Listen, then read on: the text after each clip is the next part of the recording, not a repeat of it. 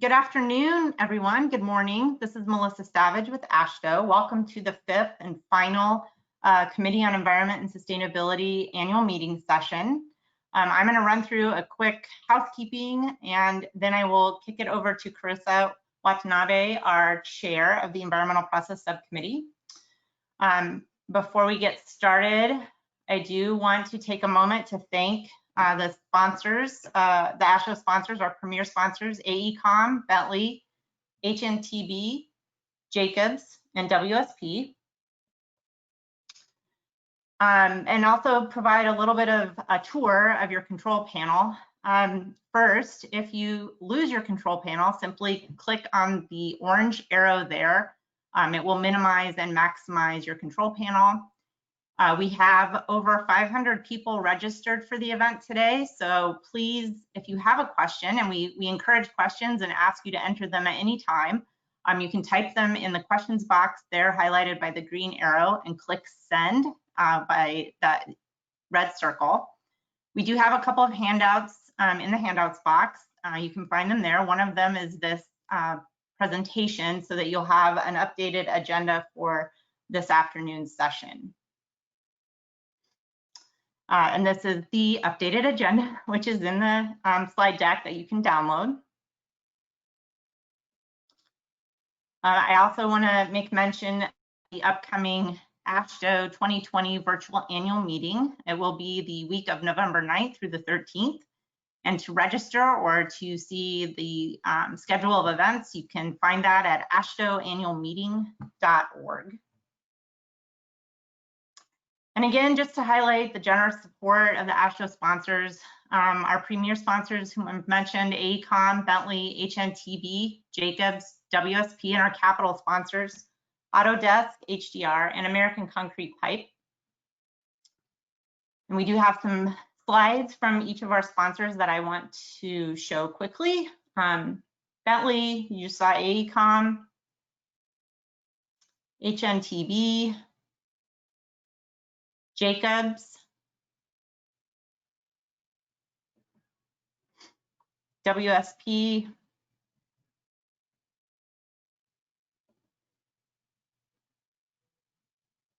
American Concrete Pipe Association, and HDR.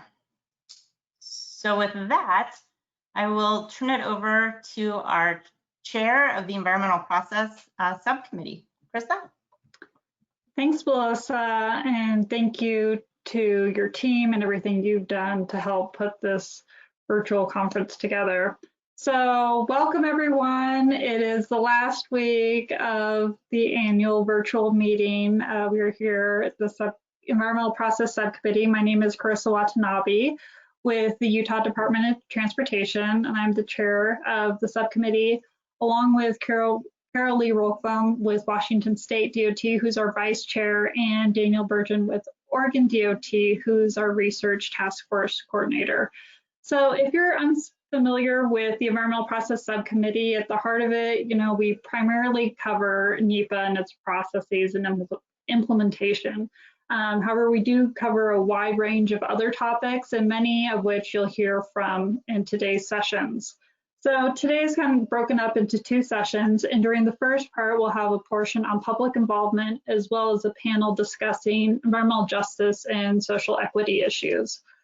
The Environmental Process Subcommittee newly formed a public involvement working group as we're all kind of struggling with this new virtual reality during the pandemic and how we can meet the public involvement requirements to help keep projects moving forward during this pandemic. So we'll hear about some great best practices and lessons learned, and that session will be moderated by Jackie Annarino, who leads the Public Involvement Working Group. And the second session will be covering environmental justice and social equity issues, and that will be led by Carol Lee Rolfum, our subcommittee's vice chair. And it will have some great strategies for engaging environmental justice communities. And you'll also see a project that highlights some meaningful engagement and community-specific mitigation on a project. So with that, I will go ahead and turn it over to Jackie. Thank you very much, Carissa. And hello, everyone, and thank you so much for having me with you today. As Carissa said, my name is Jackie Annarino, and I am the statewide NEPA assignment and public involvement coordinator for the Ohio Department of Transportation. And as you heard Carissa say, I do lead the newly formed AASHTO PI working group. I'm very excited about our session today because these presenters are going to share a lot of great information with us about how they were able to continue conducting business and moving their projects forward in the midst of a global pandemic. And we're going to kick it off with Amber Phillips. Amber is the Assistant State Environmental Administrator with the Georgia Department of Transportation. Amber began her career with Georgia DOT in September 2003 as a NEPA analyst before joining the Air and Noise section as a team leader.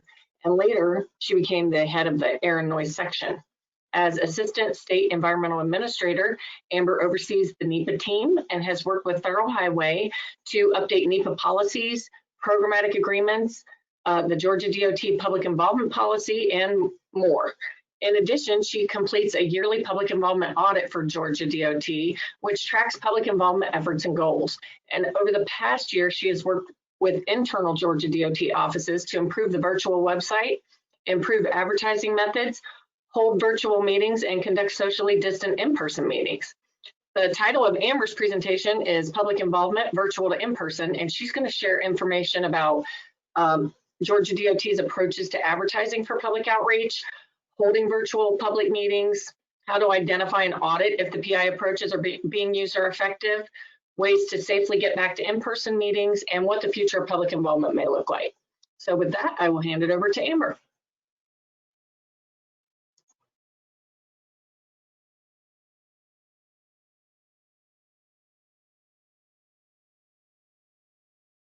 Hey, Amber, sorry, you're muted. All right, thank you.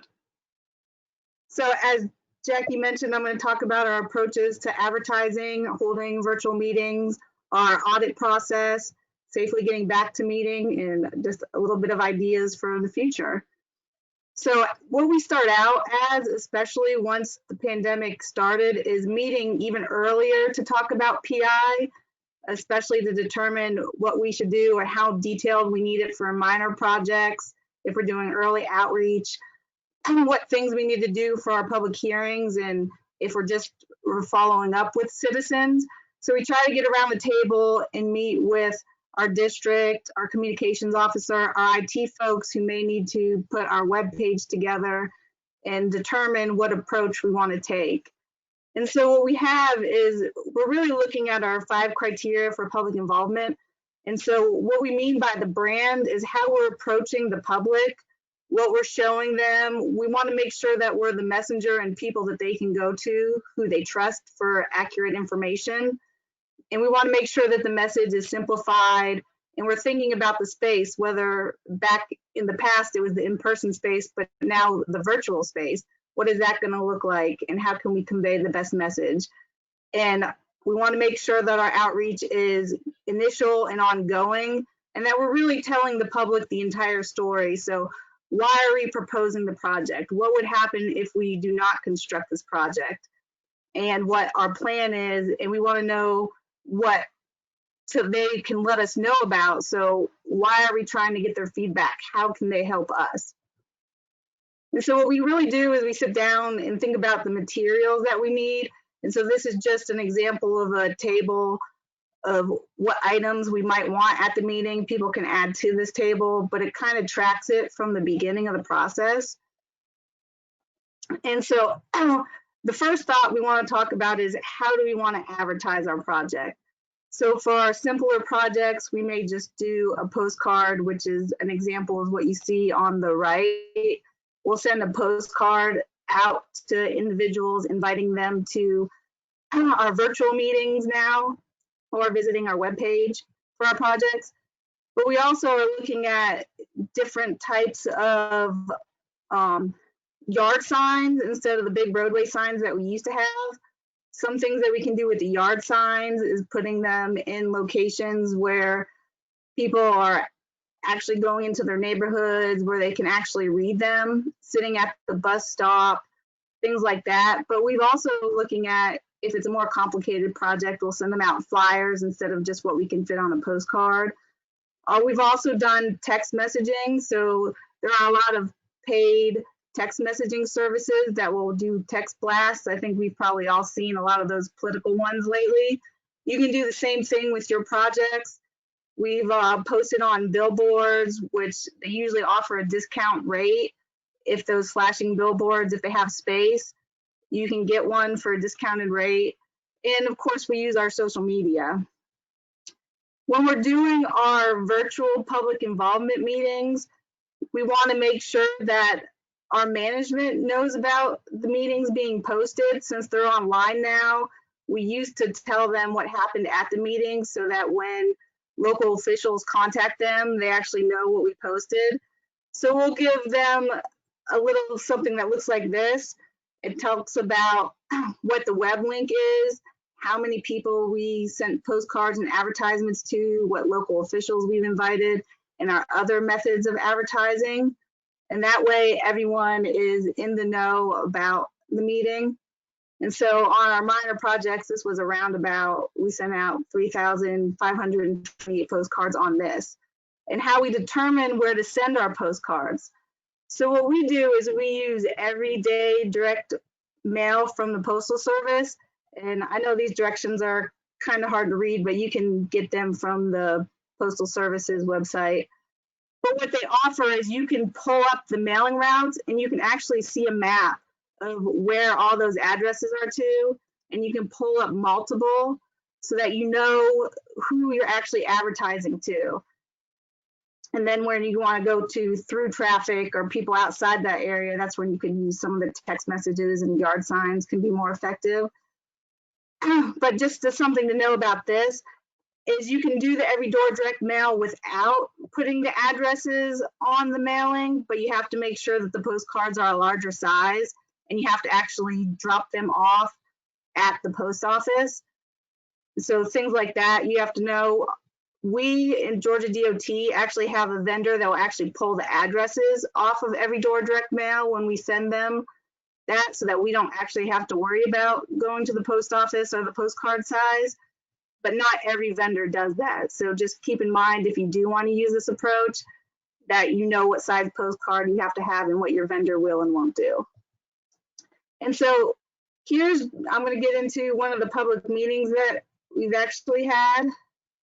And this is one of our managed lane projects. And so here's the website that we created for this project. And as you can see right here, you can actually change the language that the website is in. So if you're not an English speaking person, you can actually view the materials. And so what we did was we actually created a meeting room that people can enter. And we're entering the room now. And it gives people instructions for how to navigate the room.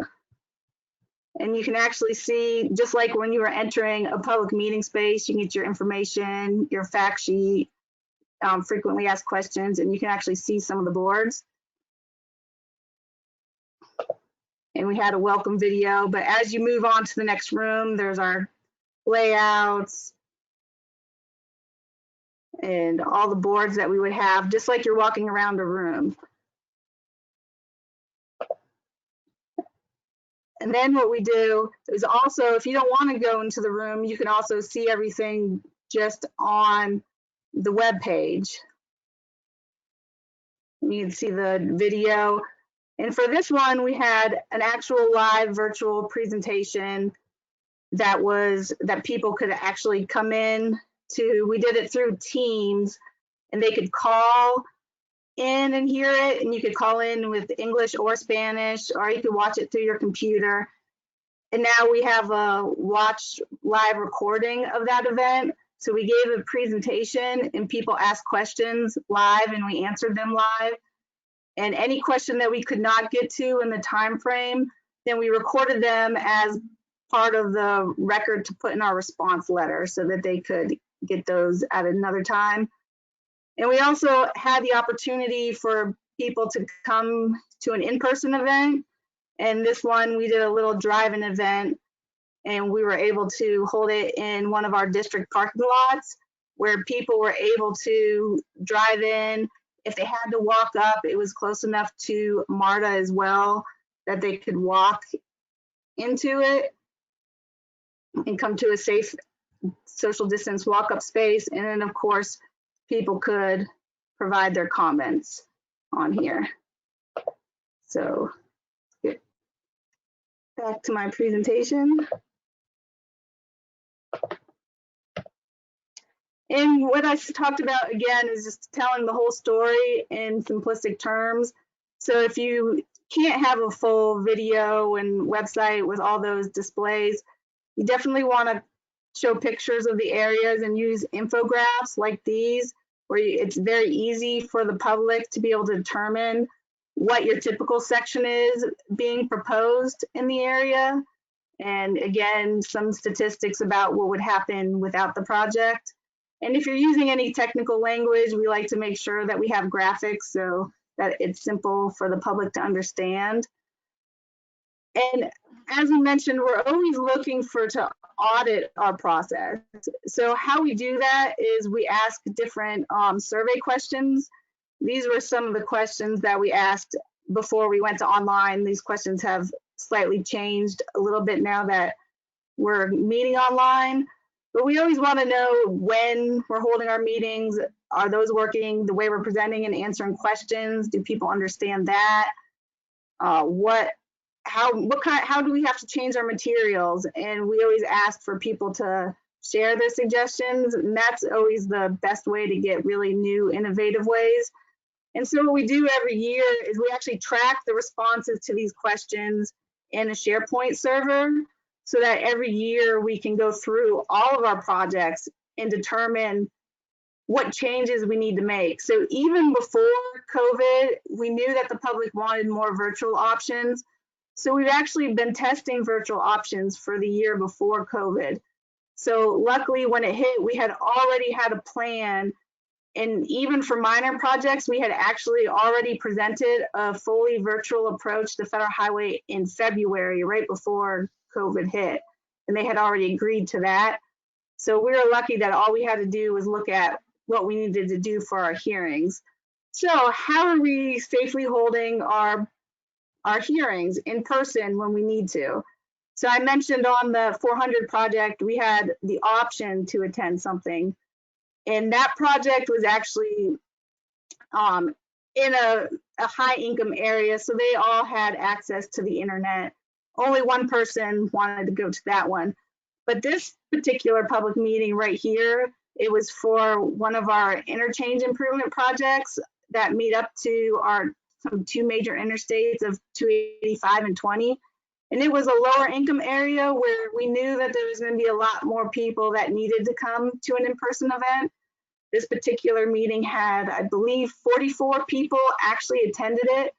And as you can see, what we chose to do here was we had a drive-in where there was box truck and we presented the project so that they could see it.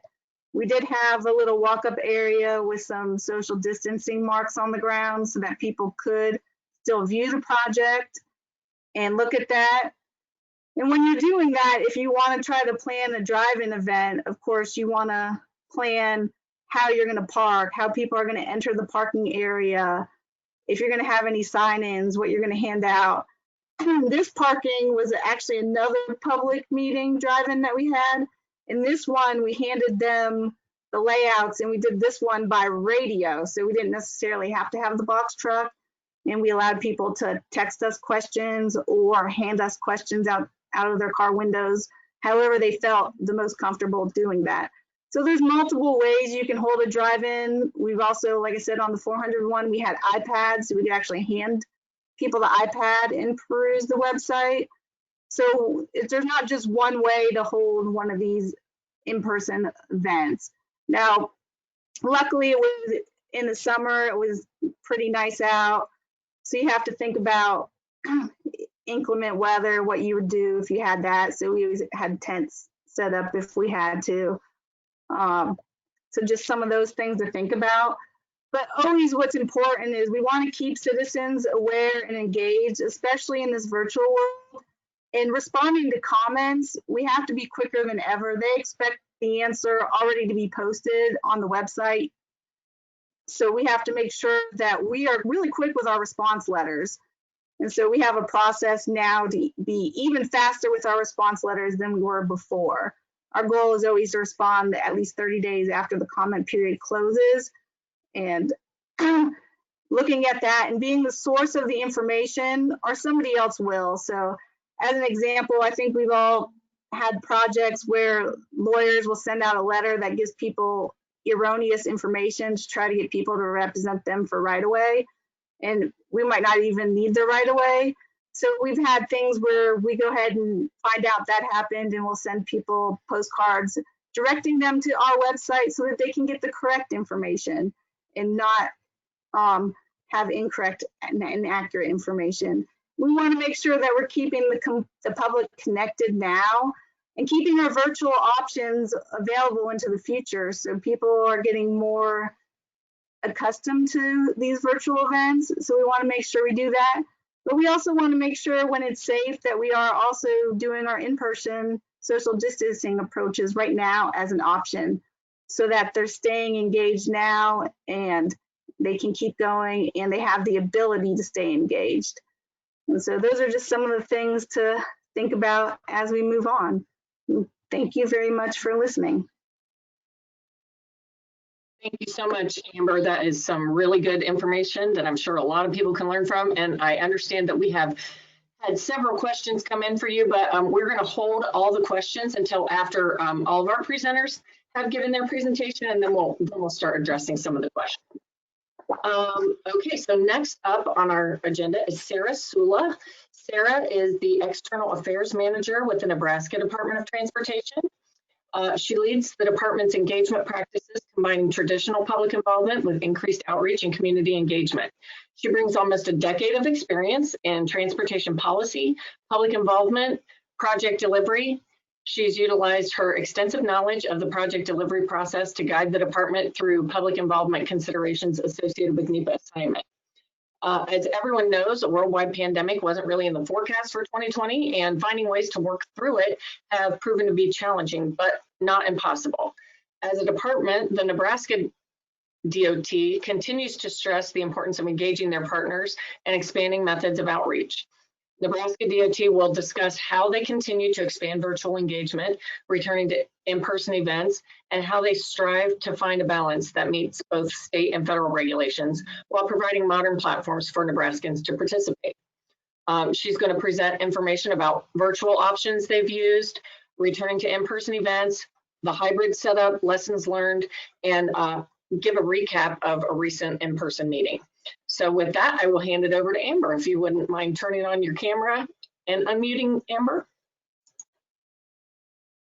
Thanks, Jackie. I'm actually going to apologize. Technical difficulties. My camera does not seem to want to function this afternoon. We understand that. Thank you. Good afternoon, everyone. As Jackie mentioned, I'm Sarah Sola. I'm the External Affairs Manager at Nebraska DOT. I'm going to quickly go through the effect COVID has had on our program, what virtual tools NDOT has implemented, and what steps we're taking as we re-enter into in-person events. Let's see if I can get, there we go. So in Nebraska, like Jackie mentioned, we just got through 2 back-to-back flooding disasters and now being challenged with a worldwide pandemic. I'm sure, like many of you, it's been a busy few years. So when it comes to virtual involvement pre-COVID, we had already began following FHWA's EDC 5 initiative and laying out a strategy to begin introducing virtual tools. Keep in mind, Nebraska is a rural state, so half the state loves technology, the other side not so much. So our strategy was to do a slow introduction to our customers and determine what works and what doesn't, and then what do we want to continue to incorporate. So with COVID, that wasn't possible anymore. We had to deliver our projects. So while trying to maintain as much normal as possible, we went full speed ahead and introduced a variety of virtual components to keep delivery moving at a normal pace, providing our customers that opportunity to participate while still meeting those NEPA requirements. Nebraska is a NEPA assignment state, and we actually just had our new PI procedures approved by FHWA. So some exciting news during a pandemic. However, virtual outreach wasn't entirely included in that procedures because it was so new at the time. So we worked with our FHWA division office at the onset of COVID, and we were actually able to obtain and operate under a variance, which is what we're currently doing, which allows us to use those virtual components. So what's been implemented? We started by streamlining our web pages, making them simple to navigate, more mobile friendly for folks, while still pushing out some awareness from our social media platforms. The goal for this was to keep these web pages up for the life of the project and be able to take them from delivery to construction without confusing the audience. They'd always be in the same spot, so they wouldn't have to relearn how to navigate that.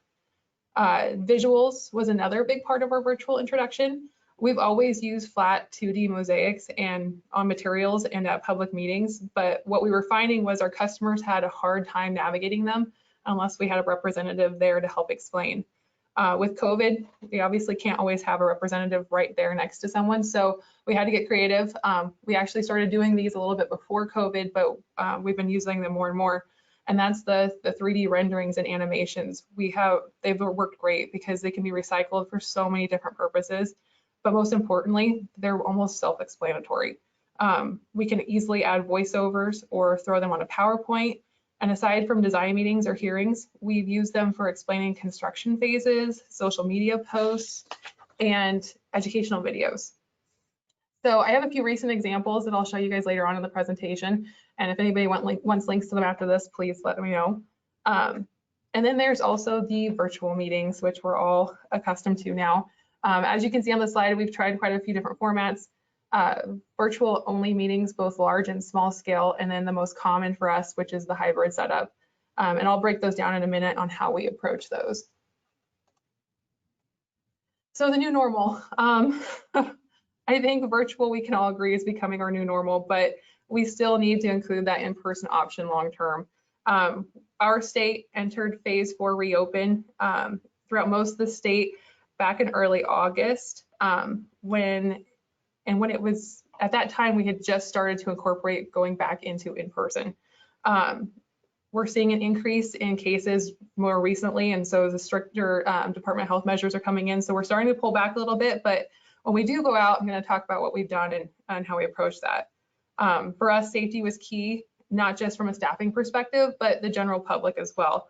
We had to make sure that everyone participating felt comfortable no matter what format we used. So this is what we did. First, we started incorporating a virtual component for almost every project as COVID began. So no one physically has to be at a meeting location to get the information or participate in the process. Based on our website hits, this has been a very popular way of getting information. For those that either didn't have web availability or wanted to speak with a physical person, we made those accommodations. We either mail out materials, or a representative can schedule a one-on-one WebEx or just a phone call. But when we got to those in-person meetings, these are kind of the safety factors we took into consideration. Social distancing, venues, we used, they have to be large enough to adequately spread out. Each meeting has sanitary stations around the room. Each station has a sneeze guard, and all staff wore masks. In addition, we offered masks for attendees if they forgot one or if they wanted one. Signs were placed around the room promoting social distancing. Dots were placed on the floor as a reminder to keep distance between each other. And then we went in with smaller staff sizes as well. Normally, honestly, we probably cut staff in half at meetings from what we used to do pre-COVID. Touch points. Until COVID, it never hit me how many surfaces at a public meeting there were. If you aren't aware, there's a lot. So we made it our focus to keep physical materials to an absolute minimum. The sign and table had no pens. Our staff would check folks in. If they wanted to do it or we needed to have them sign themselves in, we had a dirty or clean pen cup set up. And then all displays were either enlarged or projected on the walls so that they can be seen from a distance, so that people don't have to physically touch or get close to them to see where their property was or where their interests are. So as I mentioned earlier, on the screen are the formats we are most commonly using now. Option 1 is one of the hybrid meeting setups. It's more focused on an in-house setup. This format doesn't include a formal presentation just to minimize crowd sizes. So in place of the formal presentation, we either pre-record a presentation and place it on the NDOT website and then play it on a reel at the meeting. If they want to watch the presentation, like I said, it's on a reel in the room, they can go over and watch that, or they can go find a representative for assistance at that physical meeting, but everything would be placed online in advance. Option 2 is the second form of hybrid meeting that we've been doing. This is an in-person meeting again, and it allows for social distancing, but it has a formal presentation provided. So we either live stream it or record it or both, and then we post it on the NDOT website. These are 2 options that come in handy if we have translations required, because we can translate this and add subtitles at the bottom.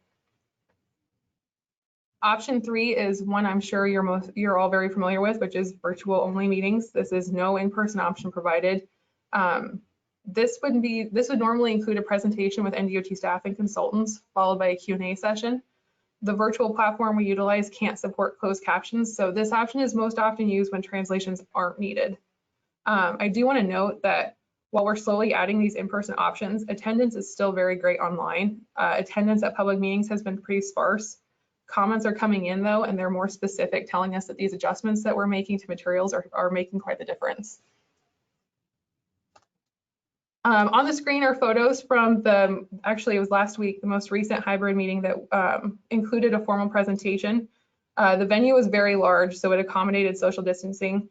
It's so spread out that it almost looks bare when you walk in. Staff all wore masks, stayed behind the sneeze guards, which you can see on that second photo. On the far right are the signs that we use around the room. And these I actually stole from Jay in Wisconsin. So thank you, Jay, for the language on that one. But throughout the space, it's spread out. It kind of takes people on a tour of the room. And then when they do come into the presentation, we have the speaker behind the sneeze guard. And this obviously you can see that the chairs are quite a way spaced out. So this has been working great. We haven't seen that big of an attendance at these that we normally would. Like I said, a lot of people are still going online for their information.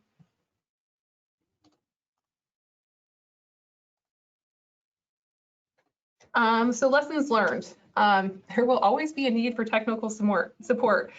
True statement. We do a dry run the day before and it never fails. Something will always go wrong the day of. With that said, as soon as we get the virtual platform up and running, we have a statement that we push out to those attending in the chat box. If technical issues arise, you can access the presentation materials discussed on the NDOT website. So we make it clear to everybody that wants to participate where they can contact us for further questions and how they can participate in the process, especially if there are technical difficulties the day of. So materials. On the screen is an example of the changes we're more commonly incorporating. On the left is our normal approach to mosaics and displays, and on the right is the more improved renderings that we've been incorporating.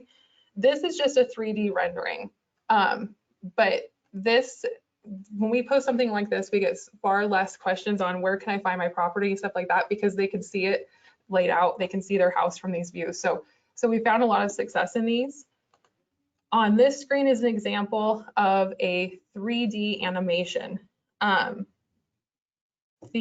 Both are great. We've heard a lot of positive feedback on both, but they can be recycled in so many different ways. Like I mentioned earlier, we've used them for so many different purposes. One is we continue to run into roadblocks in those translations, like I mentioned. So these are great for A, not being able to recycle, but B, being able to push those translation subtitles on.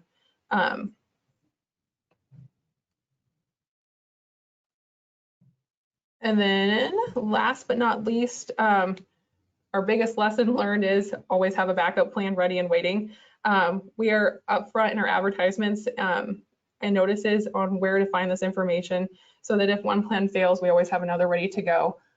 This is a photo of one of the projects we actually did running into a little bit of a tech issue on, and we didn't have one person complain. They were able to find the information, reroute pretty quickly. So we just completed the presentation and then recorded it right after, or posted it right after the meeting. So that sums up my presentation. That was great information, Sarah. Thank you so much. I know I was taking notes for Ohio. We have not yet returned to in-person events, so I was definitely taking notes for when we do. Thank you very much. Okay, batting cleanup for the PI portion today is Jay Waldschmidt. Jay is the Environmental Process and Documentation Section Chief for the Wisconsin Department of Transportation. Jay has worked for the Wisconsin Department of Transportation since March 1989. Wow, Jay. No, I'm kidding. He's a professional engineer with a Bachelor of Science degree in mining engineering and a Bachelor of Science degree in civil engineering, both from the University of Wisconsin-Platteville. Jay currently serves as the Section Chief for the Environmental Process and Documentation Section. He has also served as the State Noise and Air Quality Engineer, the WEPA and NEPA team leader, and Central Office Environmental Liaison to the Southeast Region and Bureau of Aeronautics. Jay is a voting member of the AASHTO Committee on Environment and Sustainability, and a member of the Transportation Research Board ADC 40 Committee on Transportation-Related Noise and Vibration Highways Subcommittee. His expertise also includes serving as the project-level public involvement expert for the WSDOT Division of Transportation Systems Development.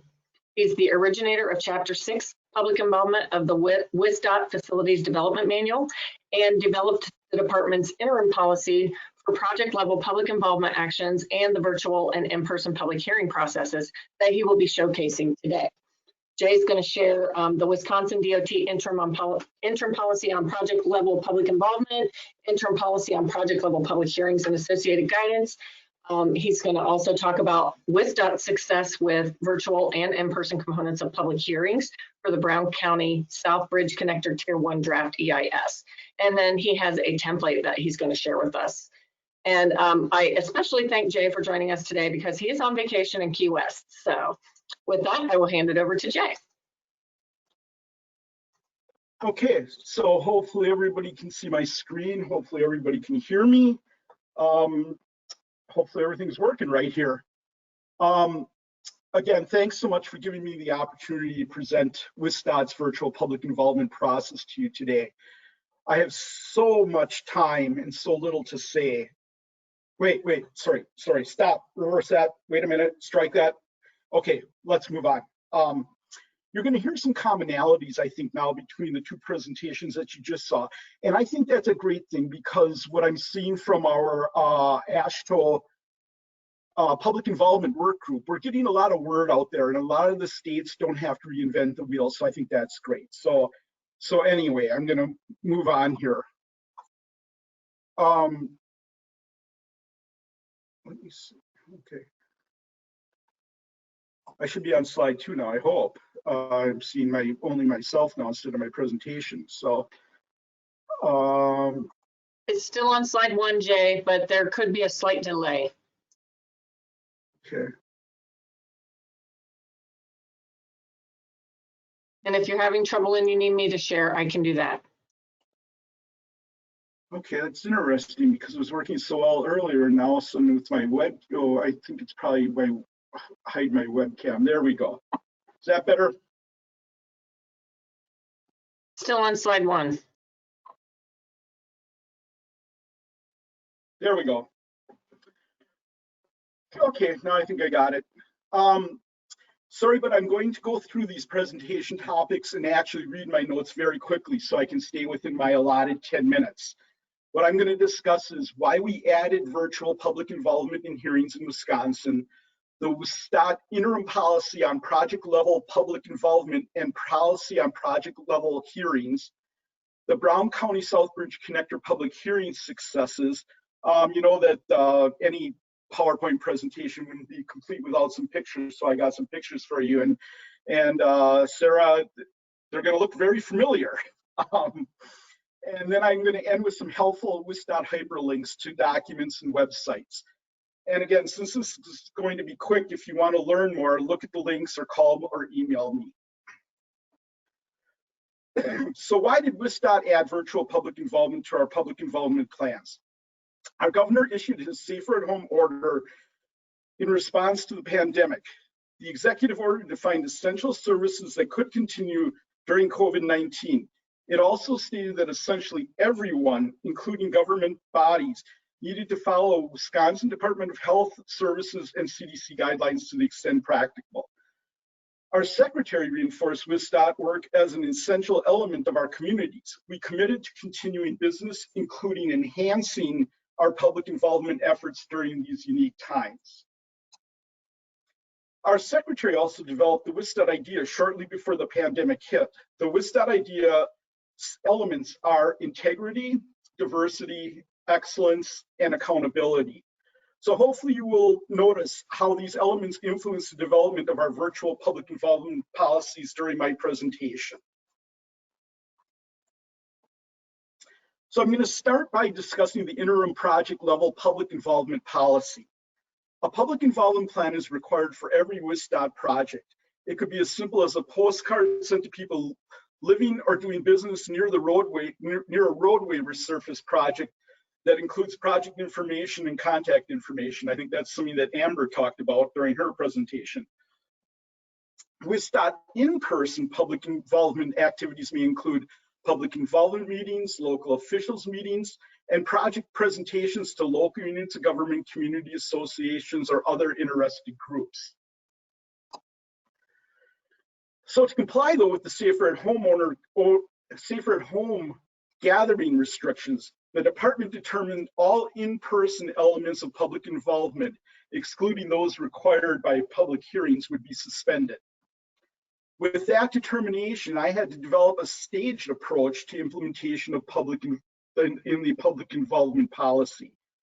The first thing that we wanted our project teams to consider was postponing their public involvement activities if that was possible. And what you need to remember here is that early on, we thought we might be back to normal in 3 months. So I guess that didn't happen. If that wasn't possible, we told project teams to contact the region communication manager and involve the environmental coordinator and tribal liaison as appropriate in their regions. WISDOT is a decentralized agency, so consistency in application of our policy is key. We do allow some flexibility though, because every project is different. To offer that flexibility, I developed a triage approach that you can see on this slide so project teams could right-size virtual public involvement efforts. And you're going to hear that right-size idea quite a few times during the presentation. We consider virtual live presentation methods. We considered other virtual live presentation methods other than the YouTube Live, but our Office of Public Affairs was familiar and comfortable with that platform. Since the virtual PI policy and process development needed to occur in a short time frame, our Office of Public Affairs wanted to work with what they knew. So that's why we went just with YouTube Live. Overall, though, the interim public involvement policy has worked quite well. We have, though, recently allowed some in-person PIMs on a case-by-case basis in rural areas where broadband is poor or non-existent, though, as you've heard too from Sarah and Amber about some of the challenges that people have out there. The next thing that I'm going to discuss is our interim project level public hearing policy. We determined public hearings for WISDOT projects would be split into 2 components, a virtual component and an in-person component held on separate days. It was our thought that holding the virtual component the night before the in-person component would allow a majority of the interested public to participate through the virtual component and thus reduce the amount of personal contact through the in-person component. Now, to meet the spirit and intent of in-person public involvement as required by USDOT, WISDOT determined we would conduct the in-person component as done during our existing hybrid public hearing process, including sign-in tables, exhibits with staff available to answer questions, a live project presentation, allowing people to give testimony at a microphone, privately to a court reporter, or in writing. Again, the one big difference, though, was that the implementation of COVID-19 protocols, including social distancing, wearing masks, and sanitation procedures were put into place through our guidance document. Again, I guess the hardest part of developing the in-person component, though, was that the Safer at Home or executive order was constantly changing in Wisconsin because of lawsuits and updates to different requirements, things like that. So it really was a thrill a minute, literally, trying to include enough flexibility to allow for adjustments so project teams could address county emergency orders and the ever-changing state of COVID restrictions while still trying to maintain some semblance of consistency. It was not an easy task, but I developed 10 pages of guidance, starting from when a car pulls into the parking lot to the time that the person leaves the public hearing, and for that effort. And amazingly, it's all worked so far. So one of the things that I think that we need to think about, that as we develop our policies, I believe it's not just EJ populations we need to consider as we implement virtual methods of public involvement. Wi-Fi access may be limited or unavailable in a variety of areas. Some may not have the tools or understanding to get to virtual access. Some people may not trust virtual access on their computers, and some may just not like it. I will be honest, I am the least techie engineer in the world, and I don't like social media that much myself. The bottom line, though, is that WISDOT has always had multiple ways for people to be involved in project development so everyone can have a say. We include names and contact information on all announcements so people can request hard copies of PI materials if that's the way they want to get things. Alternative methods for including EJ and other underserved populations has always been an important element of our public involvement plans. Ultimately, virtual PI was just another element we added to our public involvement tool belt. It's nothing, it's just one new element.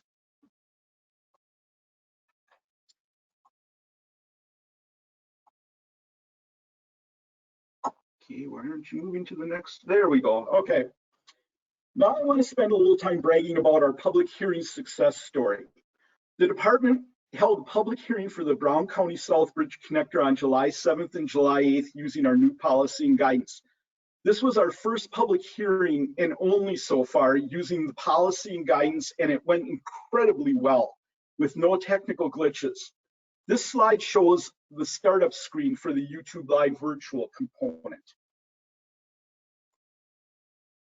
On this slide, you can see the specifics of the July 7th virtual component, and I'm not going to read it. The picture shows the room where the YouTube Live presentation was broadcasted with our person from OPA doing the broadcasting and then our people doing the presentation. We set this up kind of very neatly, I thought, is we had a phone number people could call into. When they called in, they were given a prompt regarding whether they wanted to give public testimony through YouTube Live or privately to a court reporter. Depending on their selection, their call was routed to one of two people in separate rooms. That person then took their name and address and then routed their call to a phone in the YouTube Live room or to a room where the private testimony court reporter was located. And the reason why we had those two different rooms in that first level of screening was because if there were many people calling in at one time, the person taking the call would take the person's phone number and explain we would call them back in the order their call was received, and then we would transfer them to the appropriate room when we called them back. This next slide shows the specifics of the July 8th in-person component. The picture shows the huge fairgrounds building that gave us plenty of room to practice social distancing. All project staff were required to wear masks when we were not able to practice the social distancing. We encouraged the attendees to social distance and wear masks. We had masks available there if they didn't have them, but we did not enforce it. The one thing that I thought was interesting in Sarah's presentation was the mention about pens. We gave everybody their own pen to go through their testimony and sign in and everything. Amazingly, all but 5 attendees wore masks, so that was pretty neat. The one other thing that I wanted to say about this is I find it interesting that USDOT said that we had to have in-person public hearing, and when we had the in-person public hearing, our division FHWA person could not attend because they said they didn't want to expose them to COVID. That was the decision that the at the highest levels at the headquarters office. That was interesting. Got to have it, but we can't put our people at risk. Anyway, so now you're looking at the numbers and you look at the numbers earlier, and while the numbers do show little testimony given during both components of the public hearings, you need to know that the Brown County Southbridge Connector has been under planning and study for a long, long time. It's been out there for quite a while. And there's been so much public involvement throughout the project development process that we weren't really surprised by the low numbers during the virtual in-person components. We've had multiple public involvement meetings prior to this. So again, it wasn't a surprise, but we also had 668 views of the recorded presentation posted on the website, and resultant testimony and comments and questions after the virtual and in-person components tell us that the process really did work. So again, I think that's what we're all seeing is that we're getting a lot of people that are participating virtually, and they're looking at the information on the website when we can get to it, not necessarily this particular night that it's being held. So slides 13 and 14 are pictures showing the setup for the public hearing and boards used to inform the public about social distancing and other COVID-19 protocols that we wanted them to follow. You'll have access to my presentation later, so you can take a closer look, at your leisure. So what happens next for WSDOT? Now that things have finally settled down a bit, we will have the opportunity to investigate other virtual live methods of providing our message and gaining feedback from the public. It's clear that the virtual public involvement process added value to our existing PI process, and elements will be added to our existing processes going forward. The emphasis again will be to right size the virtual PI into all of our PI efforts, because it needs to just do that. It can't be used on every project, especially the smaller projects. It just wouldn't make sense to add it. Slide 16, we include most of our environmental and public involvement templates on the environmental portion of our website. So at WSDOT, that's something we do, is we try to template everything for consistency. So that way the project teams only need to fill in their project specific information. You can find pretty much all of the documentation we use to conduct public involvement at the hyperlinks on this slide. And again, you're going to have access to this since it's being recorded. So you'll be able to hit these links later on and see what we all have out there. And then slide 17 is a hyperlink to the Southbridge connector. So that way you can see the YouTube live presentation and all the different things that we did for that project. Everything related to PI for the project, including the YouTube live, is going to be on this particular website through this hyperlink.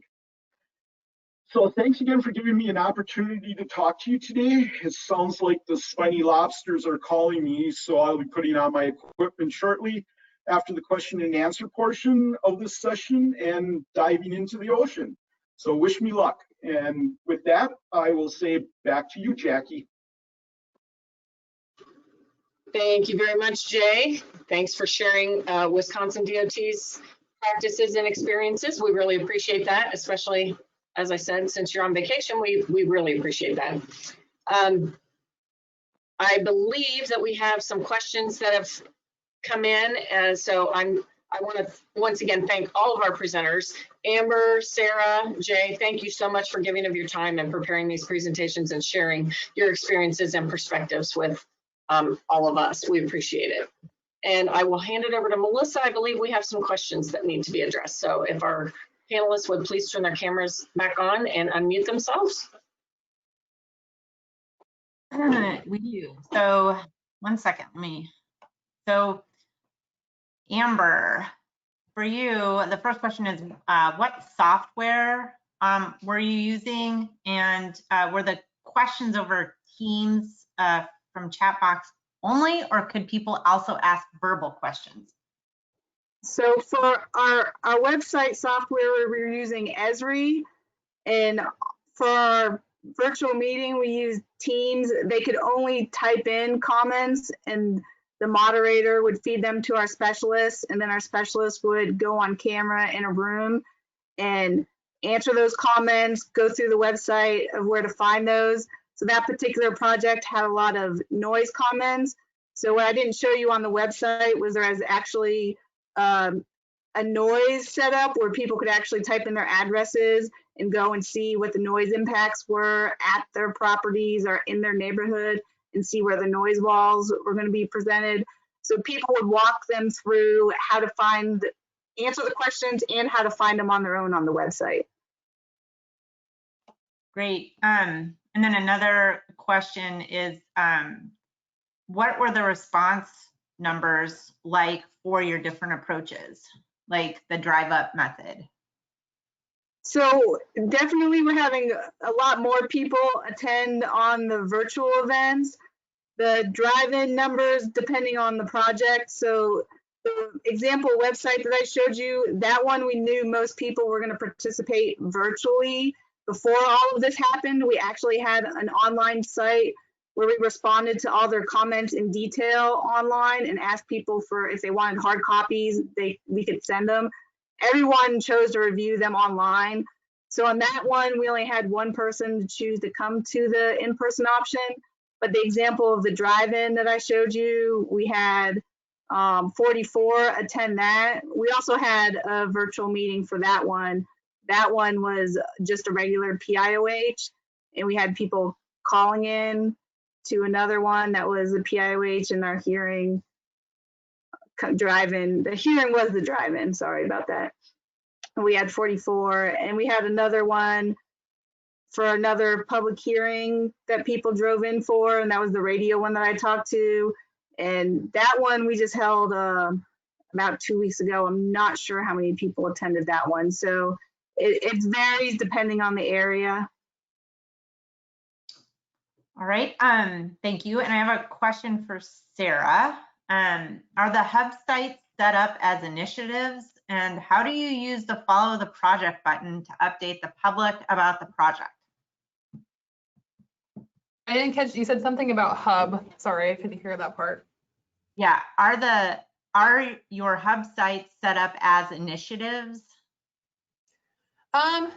No, they're just basically what we did was we just redid our website so that everything was right up front and user friendly. But as far as follow our website things, there's each project page has its own URL.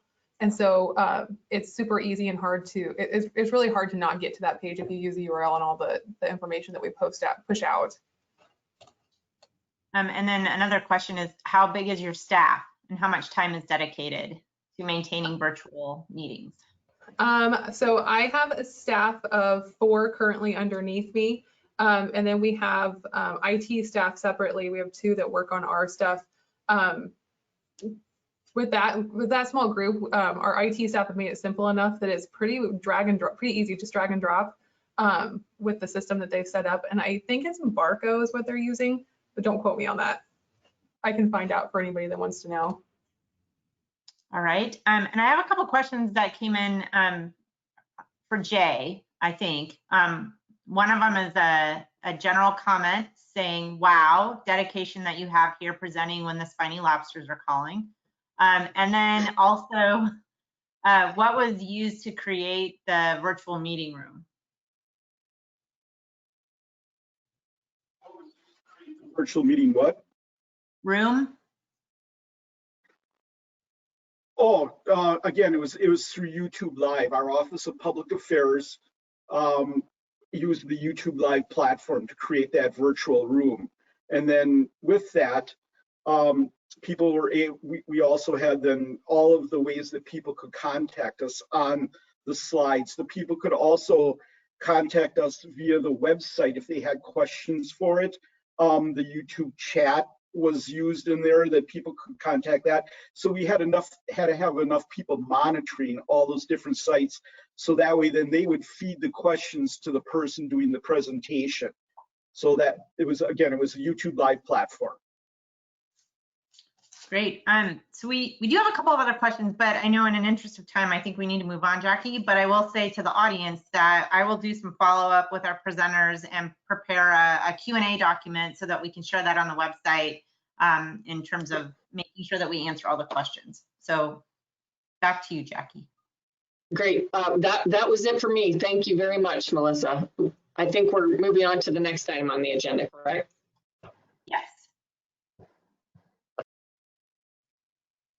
Great. Well, thank you so much. That was a perfect lead in actually to our next topic. I'm Carolee Roquefam, and I'm excited because we've got a great panel for you.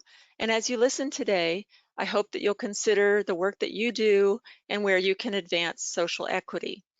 Last month, the Western Association of State Highway and Transportation Officials, or WASHTO, passed a resolution about addressing systemic racism. And Melissa has a link that she's going to put in the chat for all to see. It lists efforts for us to take, including enhancing our decision-making processes so that they're more effective and that they especially engage historically underserved communities. They also, in the resolution, talk about advancing environmental justice and DBE compliance and advancing social equity in all of our agencies, policies, and programs. At WSDOT, we're working to look at ourselves, the work that we do, and where inequities may be woven into our agency practices and what we can do to remove those. So now, let me introduce our panel. We're going to go 3 in a row. They'll each follow each other, and then we'll have time for questions at the end. So our first presenter is Carolyn Nelson. Carolyn is a licensed professional engineer and serves as Federal Highway's NEPA lead for environmental justice, Title VI, and public involvement. She advises and provides nationwide training for these and other NEPA-related topics.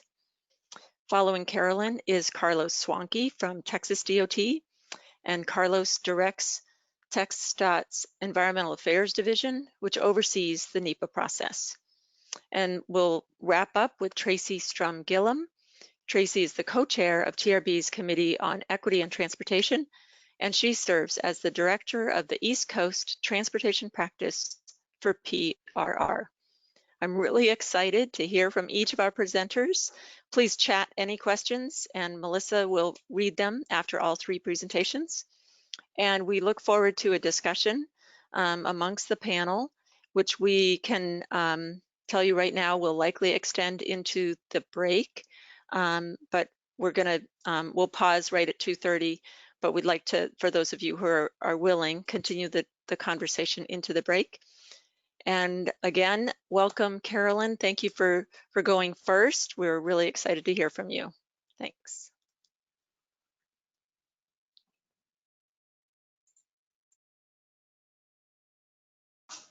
Carolyn, I think you're muted. Okay, can everyone hear me now? You sure can. Thank you. All right, and thank you, Carol. So now that I know everyone can see me, hear me and hopefully see me, I want to give you guys a little bit of information about environmental justice and equity in terms of NEPA. As Carol mentioned, I am from Federal Highway in our Office of Project Development and Environmental Review. So first I want to start off by talking about the terminology that we use: environmental justice, Title VI, NEPA, equity, and various other non-discriminatory laws and statutory requirements that we have. These are all very distinct elements, but collectively they should work together to contribute to the development of what we would consider an equitable transportation system. Now, I want to start off by saying, what is environmental justice? Some people know what it is, some people don't, and just not really understanding the thought process behind it. Environmental justice at FHWA focuses on identifying and addressing, that part people tend to leave out, disproportionately high and adverse effects on any program or policy that receives federal funding on minority and low-income populations. The purpose of this is to achieve what we would consider an equitable distribution of benefits and burdens to those in the community. And I'll get into how we look at that later. Now, how is that different from Title VI? What is Title VI? Environmental justice is an executive order. It is not the law. And Title VI of the Civil Rights Act of 1964 is the law. It basically prohibits discrimination based on race, color, and national origin in any program that is receiving federal funds. Now, there are some crossovers between the two of environmental justice and Title VI. Both of these are non-discriminatory principles. The executive order of environmental justice is 12898, focuses on minority and low income, whereas Title VI is a law and it focuses on race, color, and national origin. Now, where they intersect is Title VI focuses on race and color, and it intersects with minority. If you can see that on the screen, that's covered under the executive order. Within your NEPA document, if you are looking at an environmental justice population, legally speaking, they will make sure that an EJ analysis is correctly performed to make sure that minority and low income is addressed, whereas in Title VI allows that avenue for legal complaint if stakeholders feel like there is discriminatory practices in anything that we are doing. Now, there's also some common themes between environmental justice and NEPA. They both should be promoting healthy and sustainable communities with an equitable distribution of benefits for everybody. The second thing is that federal agencies must ensure that everyone is treated fairly as we develop and implement our laws. And then the last one, which is very important to me as a public involvement lead, is that potentially affected populations have the opportunity to participate in any of the decision-making practices. Now, I want people to really think about this. Environmental justice came out in 1994. NEPA has been around since '69. The Title VI, as I just mentioned, came out in '64. So something was not happening to make sure that we are having this equitable distribution of benefits.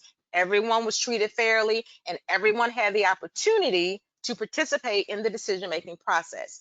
And honestly, it was because it was not happening, which is why environmental justice came into place. One of the most important things that we can do with environmental justice communities is that public involvement piece. Public involvement within environmental justice analysis and NEPA does not look the same. Public involvement is one of the most important aspects that to stakeholders to participate in our environmental process in general. Public involvement for the EJ communities is much more of a proactive effort. It doesn't look the same as it does in NEPA. You need to do a couple of things to make sure you have meaningful public outreach. And now some people do ask me, what do you mean by meaningful public outreach? Okay, there's two aspects to a meaningful public engagement in terms of an EJ community. One is your public outreach, and that is what the public is doing, what we are doing as an agency, I should say, to disseminate relevant information to residents and stakeholders in EJ or underserved populations and communities. And part two is that public participation piece. How is the information that they're receiving? How are they responding to that information? How are they using that information to let us know that it's being adequately received? Now, in theory, if your public outreach component is sufficient, then meaningful public involvement will occur. Now, to do that, I ask that everyone looks at a couple different things. One is to notify the communities early about your process. And please note that the NOI is not sufficient notification for the EJ community that you're about to have a project. Most people in the EJ community do not read the Federal Register. That is not what we mean by, well, we notified them through the Federal Register when we put out the NOI. That's not sufficient. The second thing you need to do is make sure you solicit input from those that are affected in the community. So you want to talk to people that use the bus, small businesses, seniors in the community, those with limited English proficiency, LEP populations. You want to overcome communication barriers. Most often, language could be one of the primary concerns for why we are not connecting with our communities, but it could also be things whereas it's overwhelming to them. So you may have to use various things like written and pictorial and oral versions of your presentations and materials to really make sure that people are that people are understanding what you're saying. You might even have to include one or two interpreters if necessary. You want to include traditional and non-traditional leadership within the community. If you are going to, let's say, an American Indian population and you are bypassing the elders in the community, you will not get sufficient public involvement and you won't get very far at all because you've stepped over something within a group of people that are very important in the community. The same way, if you are looking at an African American community, I would strongly recommend that you look at the local churches, your mega churches, your community centers within the area, to really talk to the people to find out what they would like to see within the environment. Be sensitive to the people in the community, because they may work for an employer that loves the project that we're working on, but that project may be going straight through their home. So they're not going to say that out loud in a particular setting of where everybody can hear them. So your public involvement needs to be very sensitive to the people that you're talking to. Now, public involvement, as far as meaningful public involvement, if you have a meeting, and I'm not talking about the virtual outreach component at this point, if you just have a meeting that's in person, and it looks like this picture, and you know you are in an EJ population, then your public outreach plan is probably not working. This is not including that you would have a virtual outreach component. Assuming that you don't, and you just have a meeting and you say, well, we put the information out there and this is the people that show up, then you're not getting to meaningful public participation, because you don't know the issues of concern from enough people in the community. There may be additional outreach needed, and you need to find out what mitigations may be needed in the area, because oftentimes we'll go into a community and we'll put up something that we think is sufficient mitigation. Let's say, for example, people may want lighting, and we decide to go out there and put up trees. Well, that's wonderful, because everybody wants trees. Who wouldn't want trees? Well, a community that's having problems with dark alleys and corners do not want trees, more trees popped up. They want lights. But to know that, you need to talk to them and you need to find out. So that's why public participation is very important. Now, why do we do all of these things? We do that to achieve that equity in transportation. We want to seek fairness in the mobility needs of our projects, as well as the accessibility needs of everybody in the community. Now, this does not include just the environmental justice community, which is minority and low income, but it also includes children, elderly, LEP proficiencies, persons with disabilities. You want to make sure that you're being very inclusive in your outreach, as well as the projects that we're putting up in a lot of these neighborhoods. Now, as you look at that, I want to make sure that people know it is very important to understand that equal does not mean equitable. They are not the same thing. Just because you give everybody the same thing doesn't necessarily mean you're creating an equitable transportation system. And I know many of you, if you've heard me talk before, you have seen this picture, but here we go again. The difference in equality and equity. The picture on the left is an equal situation. Everyone has the same thing. Everyone has one crate. Now, the goal here of both sides is to see the game. Well, the fella in the purple shirt, I guarantee you, with his little one equal box, is not enjoying the game. He's not getting to the goal. On the right-hand side of the screen is an equitable situation.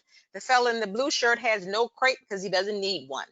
Fella in the red shirt still has his one. Fella in the purple shirt has 2 crates to enjoy the game because that's what he needs. So you need to figure out what people in the community need to make it an equitable transportation network for them.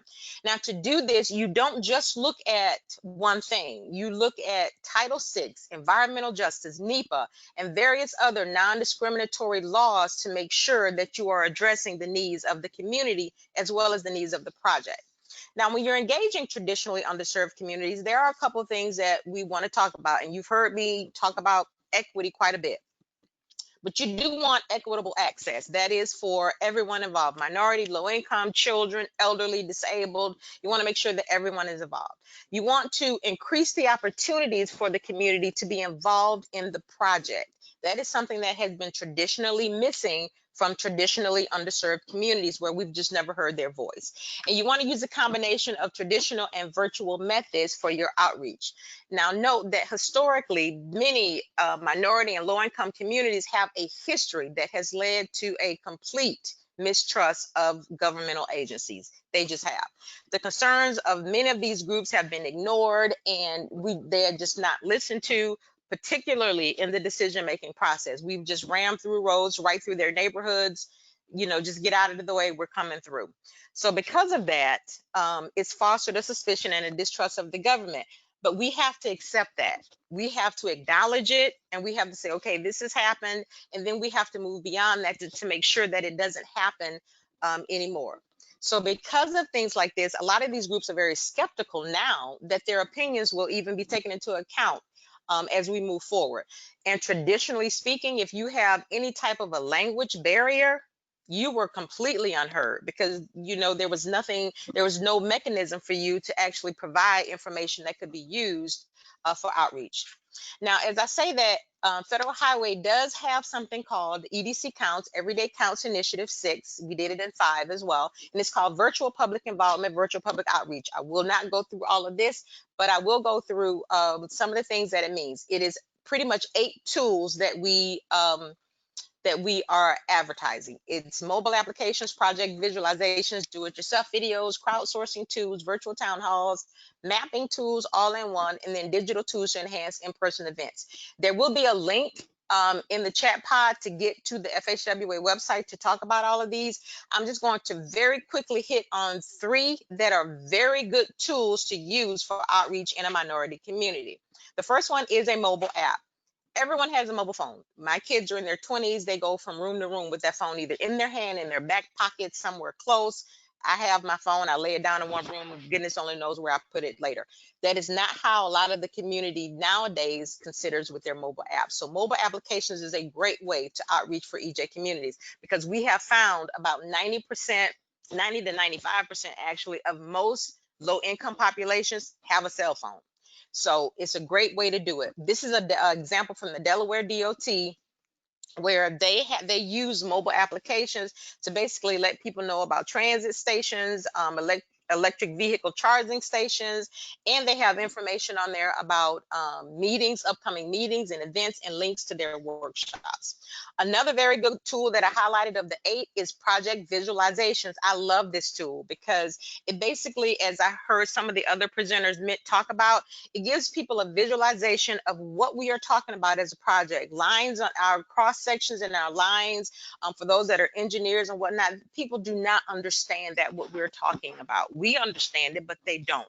A visualization provides you with an accurate look of, okay, this is what they're talking about. And some can even provide you to, this is where my house is, and this is how I will be impacted. This is how I get to the store. The project visualizations are great because you can basically be engaged no matter what your level of education is, no matter what your level of understanding that project is. So these are wonderful applications and tools to use for EJ communities. And then lastly, I will say is our virtual town hall method. This is one of the great tools that, again, I heard people speak on earlier, whereas people can get an understanding of, they can just tune in by television or broadband. I mean, we do worry about broadband in certain areas, but if it's a virtual town hall, they can get on it, they can see what's being spoken about, the projects that we're talking about, and in some cases, they can actually provide online information. The example that you see here is from the San Francisco Municipal Transportation Agency, and they use virtual town halls to discuss their 2019 through 2020 budget. And the response they got from that was absolutely phenomenal. And we used them as a case study for virtual town halls or online meetings. Now, again, the link that hopefully you will have in your chat pod will take you to our website, and it will give you fact sheets on all 8 tools that we have. There's 8 of them that I displayed. I only talked about 3. But there's information on all 8 of the fact sheets on that web link. And if you have any questions regarding environmental justice, public involvement, EJ communities in terms of NEPA or NEPA questions, here's my information as well as the link as well. Please feel free to reach out to me and ask me any questions, and I'll be more than happy to take your questions. So thank you, and I will turn it back over. Thanks, Carolyn. Carlos, I'm making you presenter. Okay. Good deal. Show my screen. We're up. Good deal. Hey. Well, good afternoon from sunny Austin, Texas, everybody. I am here to provide a small window into a very large and complicated project. The issue I'm talking about on this project will be related to community impacts and environmental justice, and even then it'll be a subset of that. So let's get started. before I get into my PowerPoint presentation, let's take a quick trip to Houston. How about that? A virtual trip. Everybody get on board here. The third planet from the sun. You are here. Now let's go to H-Town and where this project is. The project is called the North Houston Highway Improvement Project. It is smack dab in and around the downtown of the fourth largest city in the nation. The green outline here, the highlighting, shows basically the project limits. This is downtown Houston. And we'll zoom in, but it goes north. This is I-45 through here, Interstate 45. This is Interstate 10. This is Interstate 69. And as you zoom in a little more, this is a inner loop, Interstate 610. This project involves 4 interstate highways. All right, this is downtown Houston, the central downtown business district. This is the convention center. This is where the Rockets play. This is where the Astros play. And this is part of the project that's going to be depressed so as to improve local access, the access across on local streets. And so let's zoom out to one of the issues that we're going to be running into and I'll be talking about. Going north on Interstate 45, there is a neighborhood here, the northwest corner of 610 and 45, called Independence Heights. It is an environmental justice community. And we'll take a quick visit here to the neighborhood. This row of houses will be taken by the project. I believe there are 20 some odd houses being affected in Independence Heights by this project. And take a quick look here at this row of houses and the community we're looking at. These are some of the homes in Independence Heights. And here's along the frontage road. Here's the 610 part of our project that it'll be widened through here. Let's step back out real quick.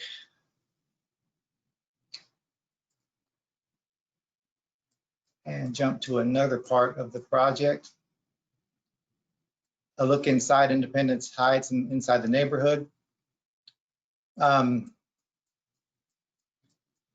We've got, again, typical homes here. 30s, 40s, bungalow type homes. And one of the issues here is gentrification. So we can see here what that means. You've got these kind of homes, lots being bought up, either vacant lots or tear downs, and homes like this being put up. And this is something that's been going on for the last 5 or 10, 15 years or so. Just an example of the gentrification. Again, I'll be talking a bit about that as well. All right, let's get back out of this. Gave you some perspective. And let's get to our PowerPoint presentation. All right. Okay, this should be full screen view. I've got it showing on one of my screens. The other one is. Sorry to interrupt. If you go to display settings at the top of your screen there. Yes. And do swap presenter view. Good. All right, got the right one. There you go. Perfect. Okay. Now that's where I wanted to be. Okay, so talking about the North Houston Highway Improvement Project, I gave you some kind of a perspective of where we were before. Let me get into a little bit of background. Really, the planning studies for this project began just about 20 years ago. In 2003, a planning study was completed that recommended the recommendation to resolving the issue of congestion on this stretch of highway in this part of Houston was to do a widening of Interstate 45 into downtown, along with a transit project, light rail line, through here. In 2011, notice of intent for the EIS was put out, and we began the NEPA process. In 2013, the red line rail project was delivered, and so that component of this multimodal endeavor was completed. Jumping up forward to more recently, 2017, we had the public hearing draft EIS, and just last month we issued the final EIS. Just a quick bit about public involvement in the outreach. This part of the project could be its own presentation easily. what we've got is just listing some of the meetings, and these are just the more formal meetings, not the one-on-ones, not the other outreach that involve electronic and mailings and whatnot, and not even the small gatherings and where we went out to the communities. So you're looking at a total of 270 meetings we've had on the project, including, of course, the super neighborhoods, neighborhood associations, civic clubs, involving some of the neighborhood leaders and whatnot. A large amount of outreach that, again, I'm just talking about the tip of the iceberg here. Getting into the impacts, this is a tremendous project. It's in the urban core of Houston. We are widening, adding 2 lanes in each direction throughout most of the project, redoing 3 major intersections along the corridor. I didn't mention that, but we are also removing a stretch of Interstate 45 that currently goes on the west and southwest side of Houston. That'll be coming down, and traffic will be rerouted on the east side. So a piece of freeway is actually coming down with this interstate freeway is coming down along with this project. But again, obviously, this urban corridor is tightly and highly packed with residential and business development. So any kind of widening, any kind of right-of-way take is going to have impacts. We're talking about substantial impacts, more than we've ever dealt with, as far as I've known with TxDOT projects.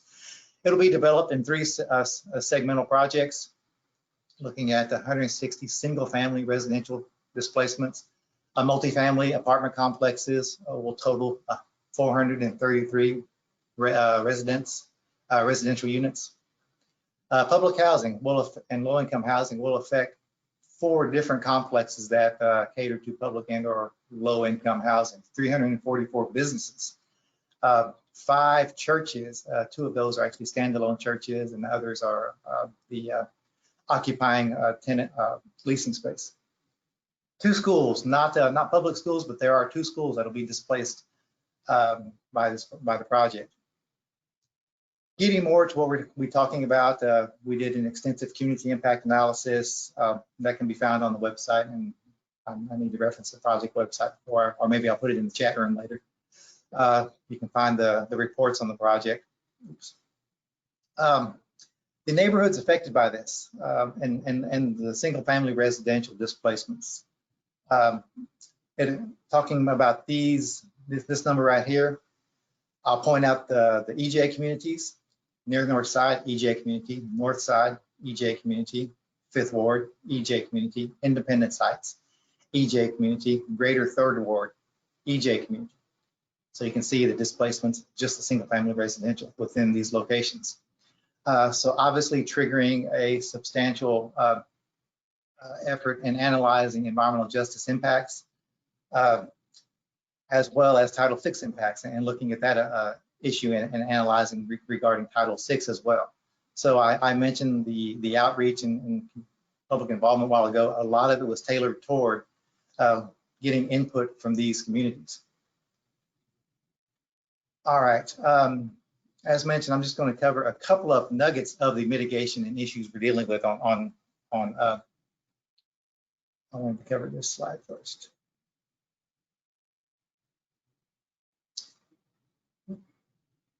There we go. Sorry about that. So I mentioned the public housing. There are 2 public housing complexes that are affected by the project.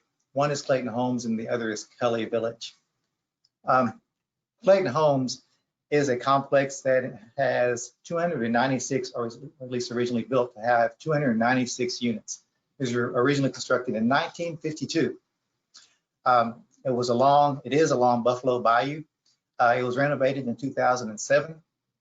It's composed of residential 2-story structures. As mentioned, 296 units. Hurricane Harvey permanently damaged 112 of these units. So currently there are 184 livable units in Clayton Homes. We are taking the whole complex. There were early discussions with the Houston Housing Authority, our public housing authority locally, about the issue with and concerns with, or at least the possibility of one of the alternatives going through Clayton Homes. and recognizing that there might be opportunity in here, we got the green light from them to look at alternatives that would might potentially impact Clayton Homes. So that was in the early development of the project. Kelly Village, similarly, is a Houston Housing Authority public housing project. It was constructed in 1939, renovated in 05. Again, I'm sorry, Carlos. We're Yes. at the 2:30 mark, so we're going to have to have you just get to your ending point so we can hear Tracy.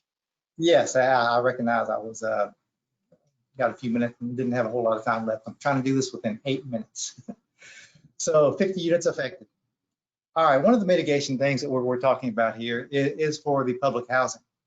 And we've started negotiating with these both these Houston Housing Authority and both these complexes, and we've advanced the mitigation discussion on Clayton Homes. So we're doing early acquisition on this facility. We executed a purchase agreement last year, so there has been an exchange of funds so that the Houston Housing Authority could begin construction on their new facility. Their intent is to construct a new multi-use facility designed to current standards with multiple upgrades for the full 296 units. Again, we're just buying accountable for the 184 livable units. We're compensating for the full 296. And in negotiations with them, our intent was to locate within 1 mile, or at least the goal was to relocate within 1 mile of the current location of Clayton Homes, so that the residents would not be displaced into another neighborhood, and they would have the ability to stay within that area. So they're currently looking at 2 tracks within 1/2 mile of the current location. So that certainly made us extremely happy. Let me move on real quickly to another aspect of the mitigation, which relates to affordable housing. So as mentioned earlier, there are 160 single-family home displacements. Of course, those will be relocated according to a typical, our usual process of relocation assistance and how that works. 85% of these displacements are low-income and minority neighborhoods. As mentioned earlier, there is extensive gentrification going on. Home value increases in that 15-year period from 2000 to 2015 go as high as 227%. So they've seen huge increases. I'm sure the past five years has been similar. Additionally, there have been historic and cumulative impacts on these neighborhoods, changing the texture and complexity of these neighborhoods. Independence Heights is one of those examples I mentioned a while ago. Going through some of these issues, they've been impacted by flooding. They're having flood buyouts happening in Independence Heights. Development and gentrification has impacted this neighborhood. It is a historic neighborhood. 100 years ago, Independence Heights was its own incorporated city. On the outskirts of Houston. Houston ended up growing around it and annexing Independence Heights. So they have a cultural and historic identity in Independence Heights.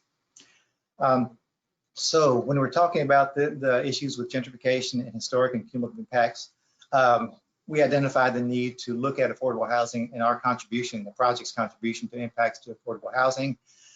We want to mitigate for that. As part of the project, we are committing $27 million towards, or at least $27 million towards affordable housing programs, including or primarily construction of new affordable housing. The mitigation is intended to compensate for the direct effects of the displacement as well as the indirect and cumulative effects contributing to ongoing housing affordability in this area, in these neighborhoods that are most affected by the project. And most recently, we found a nonprofit with which we can work with as a third party.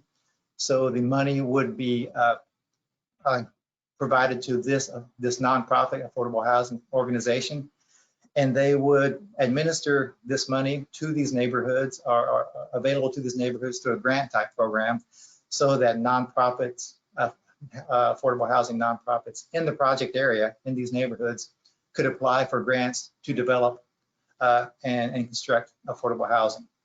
So that effort is ongoing right now.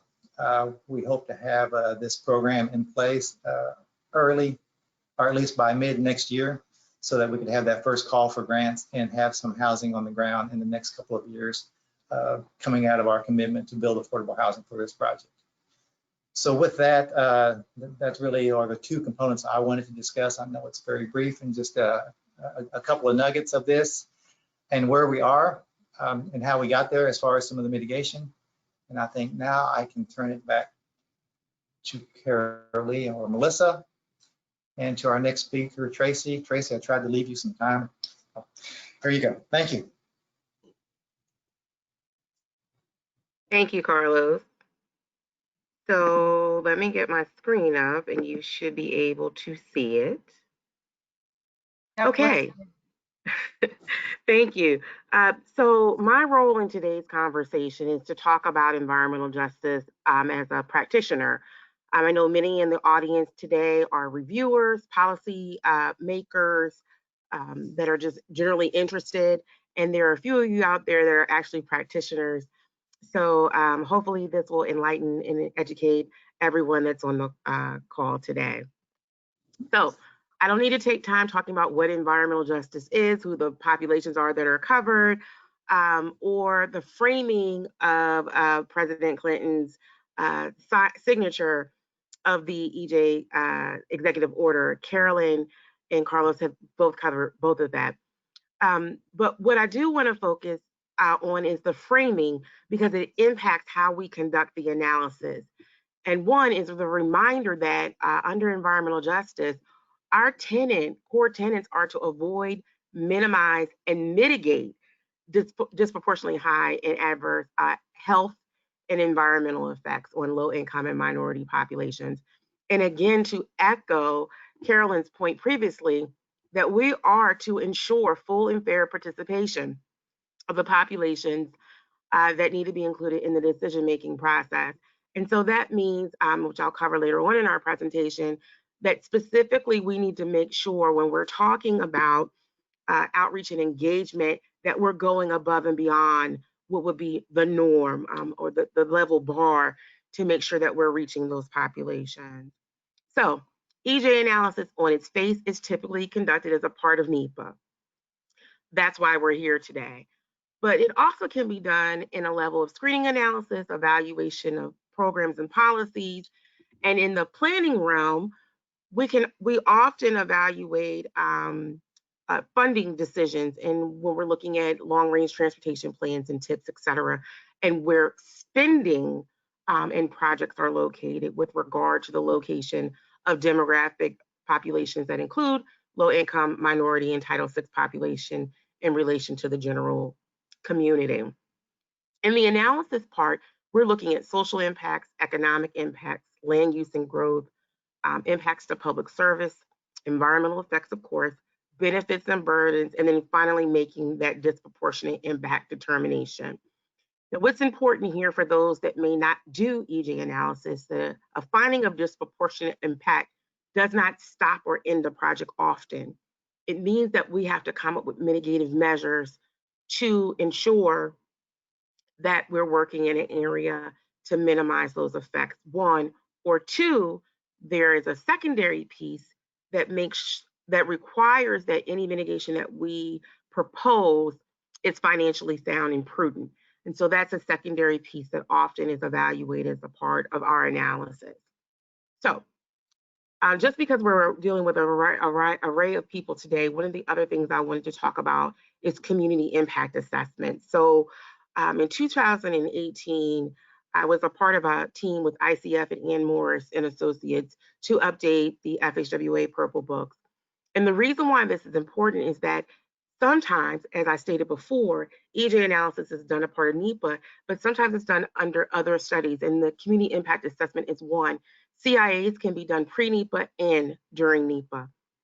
So we want to make sure that while you're evaluating potential impacts and effects or looking at identifying community characteristics, that you're looking at specific demographics that include environmental justice elements, so race and income data, LEP, et cetera, as a part of that process. So the community impact assessment, of course, can be done during NEPA. It does incorporate an EJ review, although it may not be a full-blown analysis. Again, we're looking at social impacts, economic impacts, land use and growth, and public service effects, as well as community cohesion as a part of the social impacts, which is huge right now as we talk about COVID-19. So why does all of this matter? Well, public involvement is such a huge part of the work that we do. We want to make sure that when you're developing your public involvement plan to make sure that effective engagement is occurring, that you're incorporating strategies and tools from your individual DOT EJ plans, that you're identifying the location of EJ populations, but you're also taking the time to identify potential concerns. One of the things that's big that I find on projects is that often the communities that have issues with projects, it's not the project itself that is the issue, is that they have been denied other services.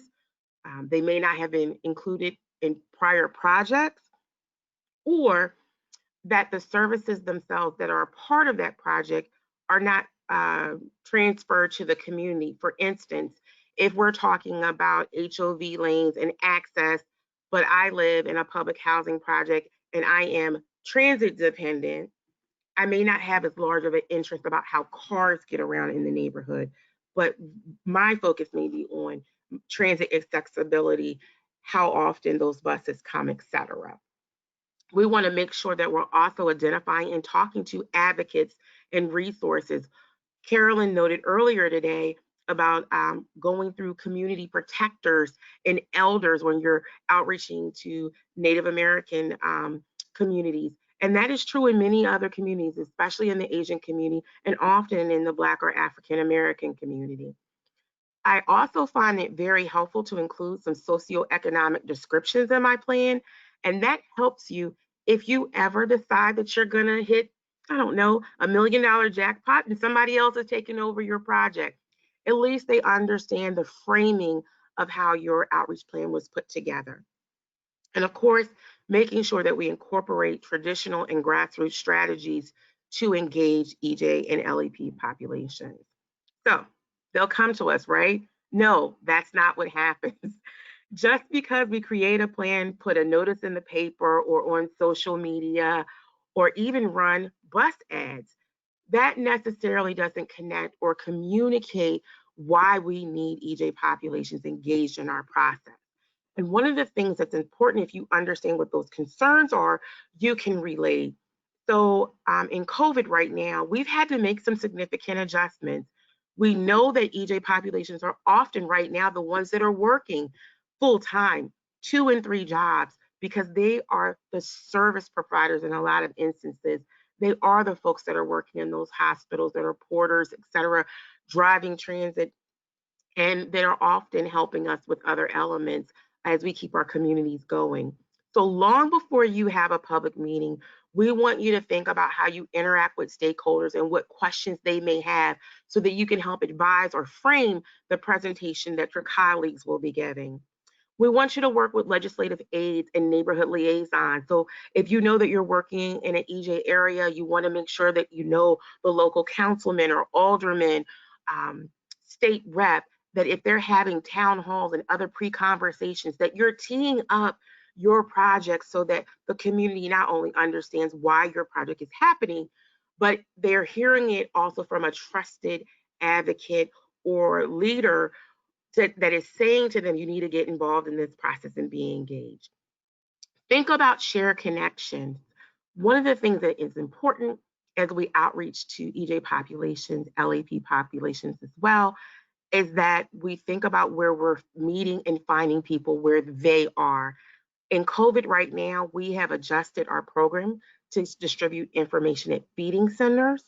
When our local schools were giving out laptops and other technology for students to stay engaged, we were making sure that flyers, translated flyers, were in those packages as they were distributed. We also provided water and snacks in some instances for some of our projects.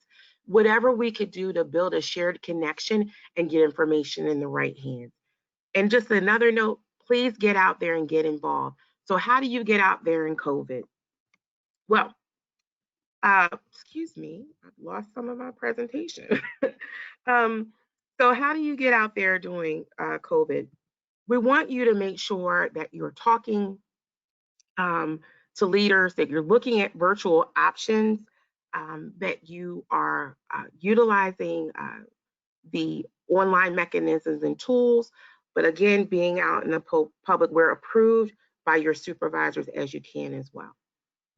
So several guidance documents, as I had stated before, you're welcome to use the old CIA guidebook, which was done in 1996, or the updated version, which we completed in 2018.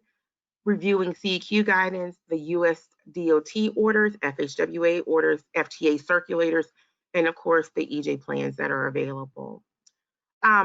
I know that we're running short on time, but one of the other things that I wanted to make sure that we talked about in terms of tools to hit on some of the things that Carolyn and Carlos both talked about is mapping. Whether it's a static map or online virtual electronic map, making sure that we have community centers and locations that are important to EJ populations. It's also great for framing for folks to understand where they live in correlation to a project that's going on. Having advanced meetings with your team members, getting them involved and engaged, and explaining them the connection between those that are developing the public involvement planning process and implementation, if you're using your communications office or consultant, and the actual analysis that's done. They both go together hand in hand. Resources and methodology review. One of the things I hear Carolyn talk about often, utilize your local FHWA resource centers. Get your methodologies approved in advance. Geocode. We want to make sure that you're geocoding the location of meetings so you know where you may have missed a community, as well as the location of meetings within a community to make sure they're not too far, providing transit information as well. And of course, assessing and evaluating your outreach program as you move forward in your process. And then for those, when you complete an analysis, is making sure that it's reviewed internally in your agency once again before it's released to the public. And with that, let's stay in touch. If you have questions, you're welcome to email me or call me. And Carol, I think I caught up on the time that we were over, and we're moving into questions it so and answers. much.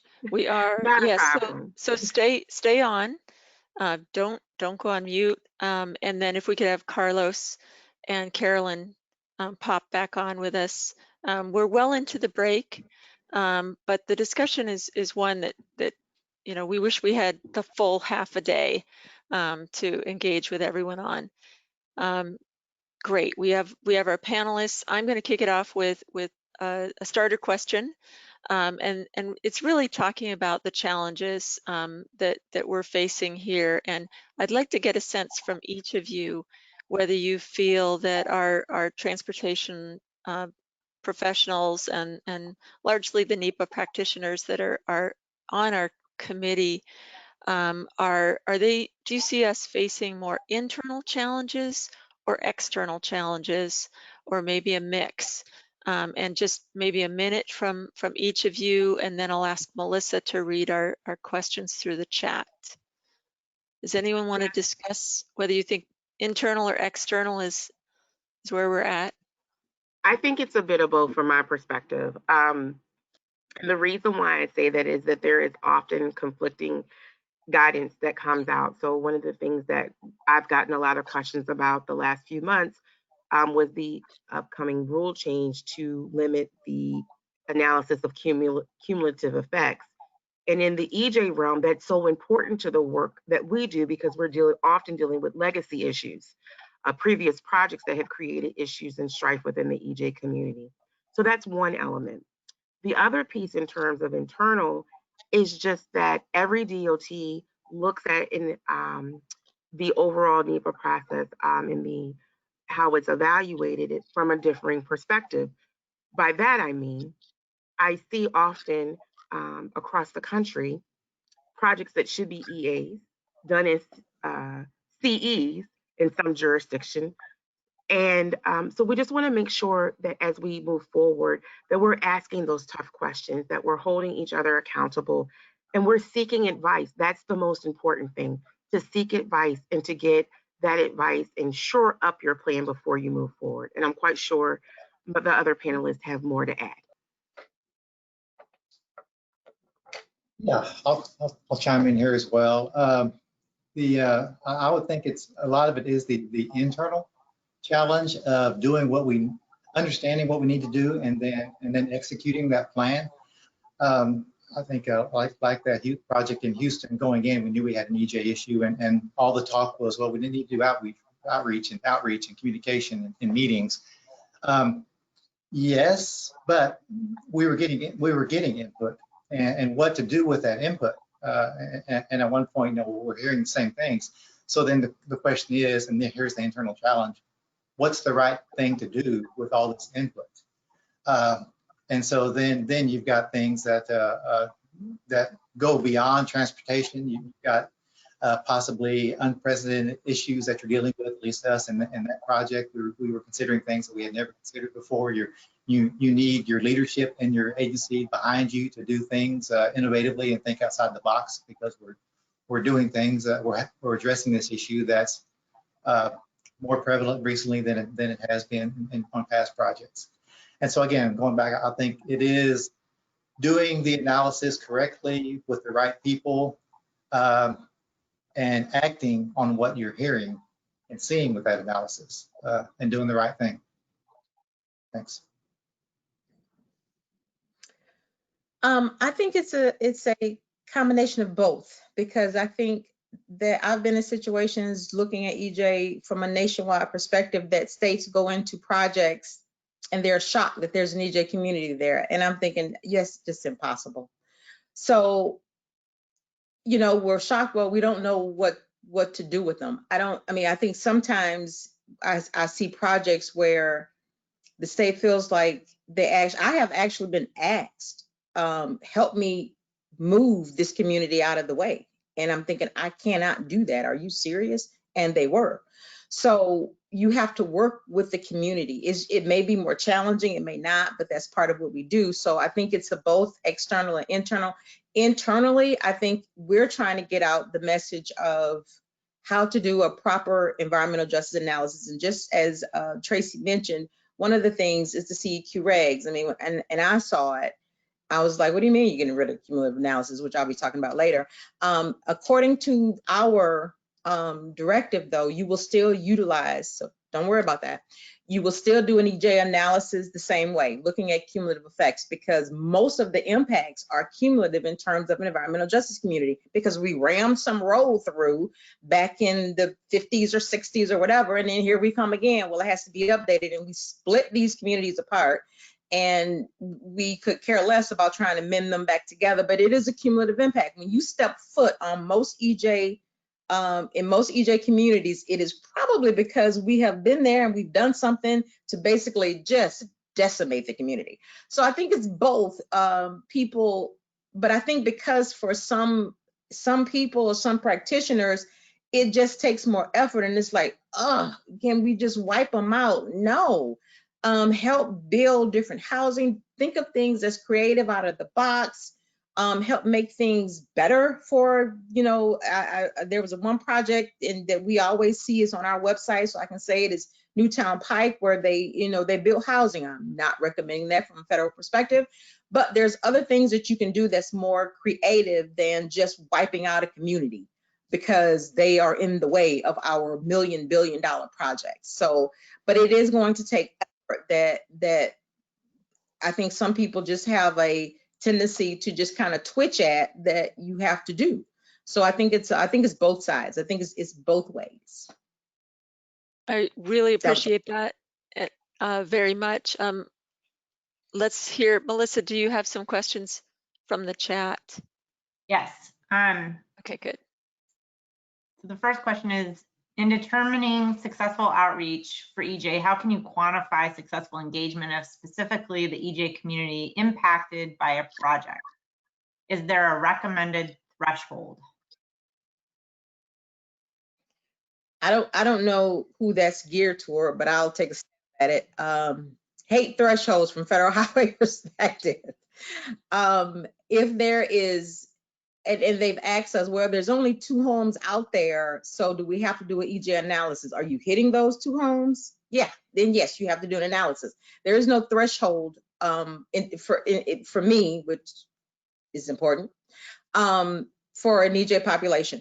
if you know you have a population and you may not receive 100% participation from everyone in the community, that may be impossible, it may not, but make sure that you can judge how much information you've gotten. Like I've seen about, particularly with virtual public involvement, what I tell people is, well, I don't know if we've really gotten to the EJ community when we do virtual outreach to everyone to include them. Great, target the EJ community with your virtual outreach only, so you can get an idea of how many people are responding from that community, and then maybe target the other community to make sure you can get a sense of how they feel. Because again, I tend to see mitigation efforts like I gave before of the community getting mitigation efforts that they don't need, they don't want, and they don't like. So because we haven't talked to them, and that's just what our guess is of what they want. Now, that does not mean that you have to go out and do everything that the EJ community want. If they want you to build a tunnel, well, that's not feasible. Well, we want to add more bus lines. You know, as hard as it is, when I talked about equity and equality, that's not federal highway. We deal roads, but we can help the partnership to see what are we missing in bus stops on the property, but you do need to reach them. And I think I went off trail to your answer, but target them separately. Target them separately. Don't look at thresholds. Get as many involved as you can in various methods that I could rattle off some that would last an hour, but that's about it. Right. And I think we're running tight, but just a few quick tips. When we do surveys, we always geo-reference the survey. So we're looking at the zip code for responses. That's a great way to develop metrics. Another way that we have worked is I'm working on a project right now where we did virtual meetings, but then we targeted the number of programs that we did at the grassroots levels through the feeding programs, a couple of shelters, et cetera. But then we had small group meetings with local EJ advocates and organizations to help spread it. So there are ways that you can adjust the metrics for your product to make sure that you're hitting some EJ targets, not necessarily thresholds. Perfect. And, Melissa, I've got a quick answer for that. So I would say that because we came up against this, that when you're confident that you've heard and understand from that impacted community, then you've hit your threshold. I think that's a signal that you know, you don't need to continue engaging in saturate them with meetings. You're confident you understand what's going on with them. You've heard from them. Thanks. Great. Well, thank you so much, all of you. I think this was a great discussion. We will take a look at the questions in the chat and work with Melissa to get some short answers out, and also more resources and links. So thank you, all three of you. Great job. And I look forward to our next session, which starts, I think, in 2 minutes. So thank you, everyone. Thanks, Melissa, too. Yeah, absolutely.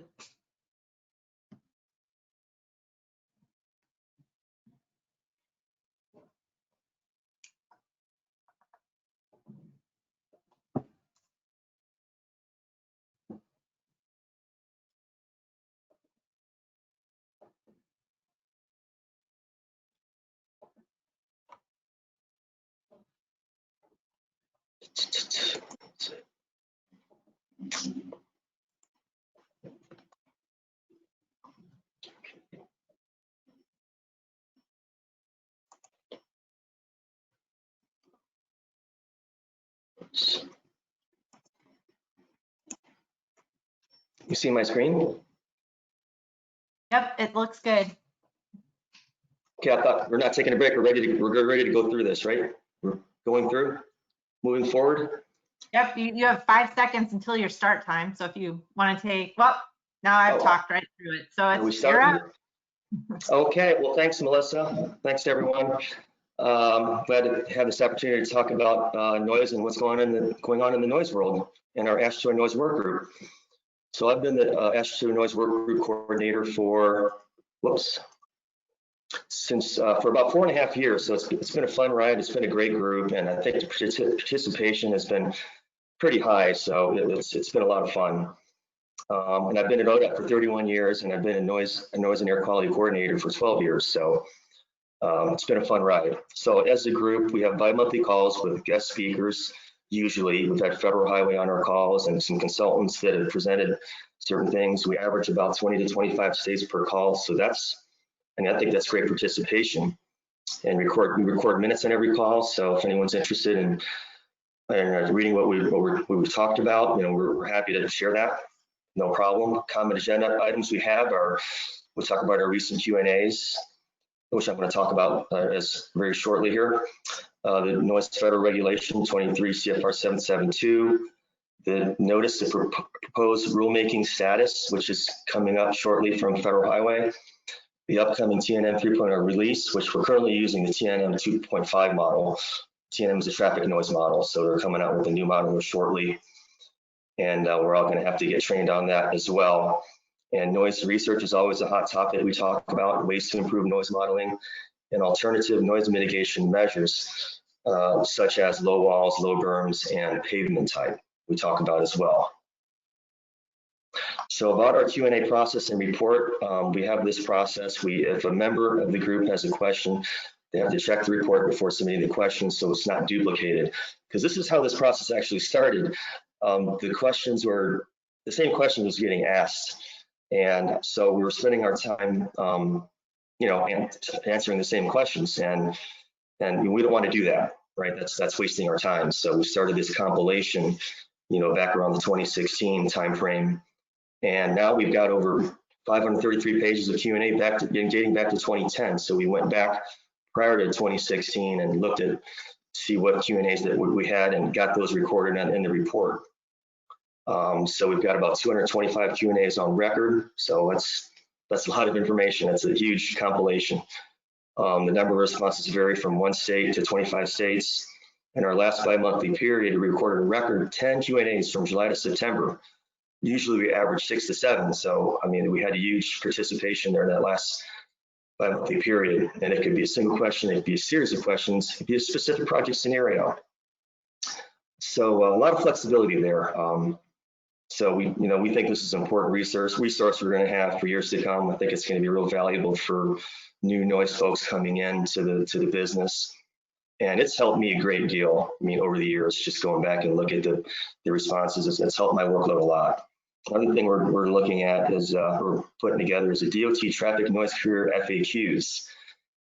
Just because I think a lot of folks don't know exactly what we do, and maybe some of the young folks, might want to know what does a traffic noise specialist do. So we're kind of working on that as well. We think that's going to be a good reference. So I wanted to share with you recent Q&As just to give you an idea of the information that we're building. So for the first question, are there any products or techniques that have been employed to abate noise from bridge deck joints? So we didn't get a huge response on that, but we found that California and Washington have a lot of experience in bridge deck joints. So they shared that with, I believe South Carolina asked the question. So they shared their information, and that was great. Is your state DOT using noise materials that are cheaper to construct than concrete? We found that but pretty much no, they're not. But Washington State shared an example they had. They had a fiberglass material that turned out to be cheaper than concrete in one of their projects years ago. So they shared that. Would other states treat marinas as a noise sensitive receptor? So I believe North Carolina asked that question. It turns out that most of the states say yes, they would. Well, it turns out in Ohio, we had a request for a noise barrier from a yacht club with a marina just after this Q&A happened. So it was really timely, and it helped me a lot. So we decided that yes, this is a noise sensitive area. Turned out to be a type 2 community or a yacht club marina, which means it predates the freeway. So it's eligible for a noise barrier. So we're working through that process, and it's a noise sensitive. So we're working through that process right now. So I thought that was really timely. And that's an example of this Q&A is helping the state so greatly. And I know other states have helped them as well for other issues that they've had. So what federal highway noise activity category should an animal hospital be placed under? We've kind of had mixed responses on that, so maybe that'd be something by discussion topic on a future call.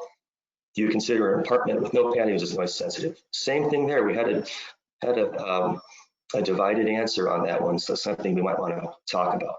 But as long as each state treats it consistently in their state, it's okay that we have different responses. but it's something we probably want to talk about on future calls. Have any states moved to online voting for noise public involvement? If so, what platforms are they using? So this is related to the virtual session that we heard earlier. So the answers we got on that was not too many states have done that, but a couple of states do have platforms that they could use. I know in Ohio, we have a publicinput.com website and company that we're working with. So as needed, we can use that platform for noise public involvement. Have any other states use a recycled rubber product for noise barrier construction? Not a lot of feedback on that, but I know in Ohio, we did use recycled rubber in a fiberglass panel on a project once, but we found that the cost of that overrode the noise benefit from that crumb rubber inside of that panel. How do states handle the structure design of their noise walls? For the most part, they have the standards already developed and online, and the designer and the contractor have to follow that. So most states don't have the contractor design the wall and then have ODOT approve it. What has been DOT experience with using wooden barriers? Interesting, a lot of states used to use wooden barriers in the past, but most states are using those now. But I thought that was interesting. Does your DOT have guides on noise berm inspections and maintenance? Not a lot of feedback on that one. However, that could be a big topic in the future, as I think more noise berms are going to get built because we're finding that low berms reduce noise significantly. So I think this is going to be an option that for the DOTs to use for noise abatement in the future. Do any states require 24-hour noise measurements as part of their analysis? Pretty much the answer there is no, it's not a requirement, but in some cases, it's going to be recommended. It's going to be a really good idea to do that. So that's the answer for the states. Another thing new that we're doing, we're compiling new noise announcements or sound bites. What's going on in your state noise-wise? So we compiled a list in August-ish, and we submitted for the ETAP newsletter. So hopefully that gets published soon. And our goal is to, get more noise news out there. I know there's so much news on ecological, cultural, EJ, and public involvement. So we want to get noise out there as well, because there's a lot of things going on. And our goal right now is to provide some noise news every 4 to 6 months, and that's what we're going to try to do. So I wanted to highlight some of the sound bites. So in Texas, so you can see they're building many noise walls all over their state. And they also have longitudinal tining projects. I believe that's presumably to remove the existing transverse tine concrete that is the loudest pavement in the country. And I know many states have already banned that texture, which is the concrete groove that's going lateral to the traveling vehicles. That is the loudest pavement that has caused so many noise complaints over the years. So that's a good thing that Texas is doing. In Kentucky, they updated their noise policy, went into effect July 2020. And some states have went ahead and updated their noise policy in light of the upcoming noise regulation update. And some states have elected to wait until that new regulation comes out. And Illinois is currently in the process of streamlining and expediting their approval process alternative noise barriers. Also, Illinois, they constructed a 12-foot tall vinyl fence as an experiment back in 2018, and they're currently monitoring it. And their objective was to determine the performance of that noise wall compared to traditional concrete panels. This is the only vinyl fence noise wall of its kind in the country, I believe. So this is exciting for them, and for other DOTs that are interested in other materials. I was working on a tool to predict noise barrier costs into the future, utilizing GIS technology based on those factors. So I think the group's really going to be interested in what they come up with there, and interested to see how that tool is used, and see that on a webinar sometime in the future. In Missouri, they're producing an informational video for public consumption about their noise process and about the highway traffic noise process as well. And they intend to use that at public meetings and their website for educational purposes. So that's going to be a great tool for them. And I know Illinois has also produced new noise videos recently, maybe a year or two ago, that they have online. And I don't think a lot of states have done a lot of videos. We usually have just the PDFs of the FAQs online. So these videos are a great tool, obviously, for any discipline. In Caltrans, they spent the first half of the 2020 examining ways to implement regional and national noise research results for more accurate noise modeling. And I know in Ohio and other states, we echo that initiative. We want to see more accurate noise modeling. And some of their work is hopefully going to be a potential presentation in the TRB 2021. In Nevada, they have a Reno Spaghetti Bowl project underway, which is their central interchange in Reno. And they're in the first phase, which is relocating ramps, I believe, in every quadrant. They're going to reconstruct existing noise walls, place visual screening walls as part of noise mitigation and environmental justice commitments. So I went on their website, project website.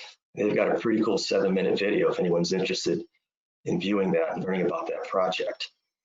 And in Ohio, we're also kicking off a vinyl noise fence research project next year, where we're going to construct a couple vinyl fence, 8-foot tall vinyl fences, 2 different locations, and test them for noise reductions, and compare those reductions to nearby concrete walls, because we believe they do provide a substantial noise benefit, maybe not to the level of a concrete wall, but it's a pretty high level, so that's what we're going to find out. We also awarded a noise melt maintenance project in Canton, involving resealing concrete and aluminum panels and patching sound absorbent material. And the reason I highlight this is because, you know, states have been building noise walls for decades now, and noise wall maintenance is going to be really important in the coming years. So we're going to have to get experienced in that and learn from each other. We also awarded a Type 2 noise wall project that's for communities that predate the freeway in Toledo. It's 2.5 miles wall, 180,000 square feet. So that's a pretty big project, and that's starting up shortly. And we're also doing research regarding air quality effects from noise walls and vegetative noise walls, like the vines on noise walls or the trees in front of noise walls. And how do they lower the noise pollutants from the freeways? We hope to get a report completed by the end of the year, and we'll definitely share that report. And we have, as I talked about, our bi-monthly calls. Our next call is next month. And this call, we're actually going to have more presentations planned by consultants in Caltrans. We're using MS Teams technology right now, but we hope to use the GoToWebinar and make this bigger and better and share more information, because the technology is here. They're using the technology right now in this meeting. So it's great to have. And that is my presentation. Thank you for listening.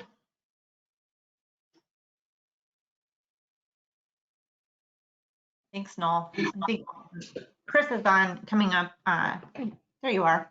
Hey, Chris. Hi. Thank you, Noel. So as you just heard from our noise working group, I think they're one of the most technical and hardworking groups, and they really get into the weeds about all the different intricacies about noise that I don't understand it over my head. But if you are a noise practitioner, I highly encourage you to join their working group. So moving on for our second session, I apologize for the lack of a break, but I do think the social equity and EJ issues are a really important discussion to have. And we'll work with ASHTO to provide answers to any of the questions that were entered in the chat box that we were unable to answer during those first couple sessions. So up next, we'll hear from Daniel at Oregon DOT. He is the Environmental Process Subcommittee's Research Task Force Coordinator, and he'll be providing an overview of the different research topics submitted for consideration this year. Thank you.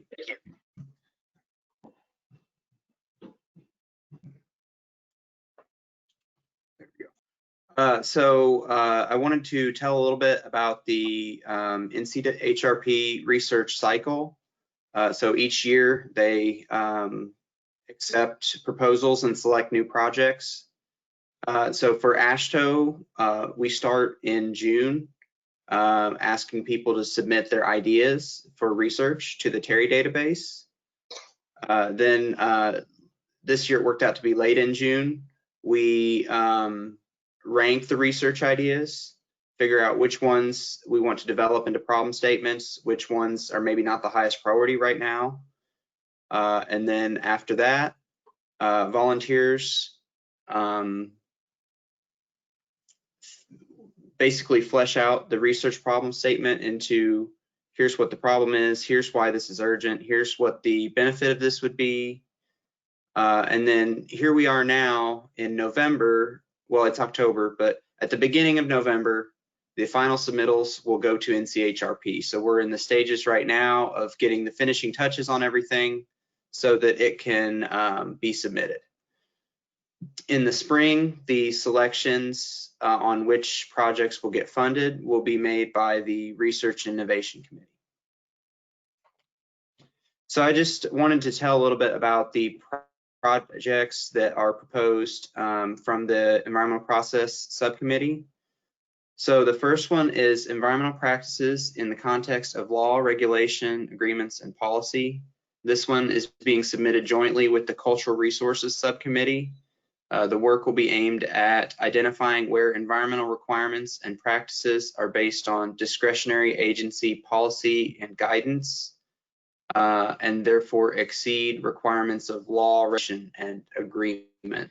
And then in doing so, it would enable the ability of DOTs to negotiate more efficient practices that more directly conform to law, regulation, and agreements rather than guidance. It would look at the National Environmental Policy Act, National Historic Preservation Act, the Endangered Species Act, Clean Air Act, and Clean Water Act. The next one is tracking environmental commitments. That one is also going to be submitted jointly with the Cultural Resources Subcommittee. It's focused on methods for effectively tracking commitments related to Section 106 and NEPA processes. The next one is the Army Corps of Engineers Section 404 permit decision matrix. So it would create a web-based tool that can tell applicants if there are regional or nationwide permits that would apply based on their project conditions. So this particular effort would be for a pilot for a few states to begin with. The idea being once you can get that working smoothly, it could be expanded to work nationally. The next one is an updated REML database for the Federal Highway Traffic Noise Model. So this is the one that the Noise Work Group is most excited about. So recent advances in sound measurement technology, such as beamforming and onboard sound intensity measurements, or OBSI, have shown that TNM overestimates the proportion of heavy truck noise at the stack height, which is 12 feet above the roadway.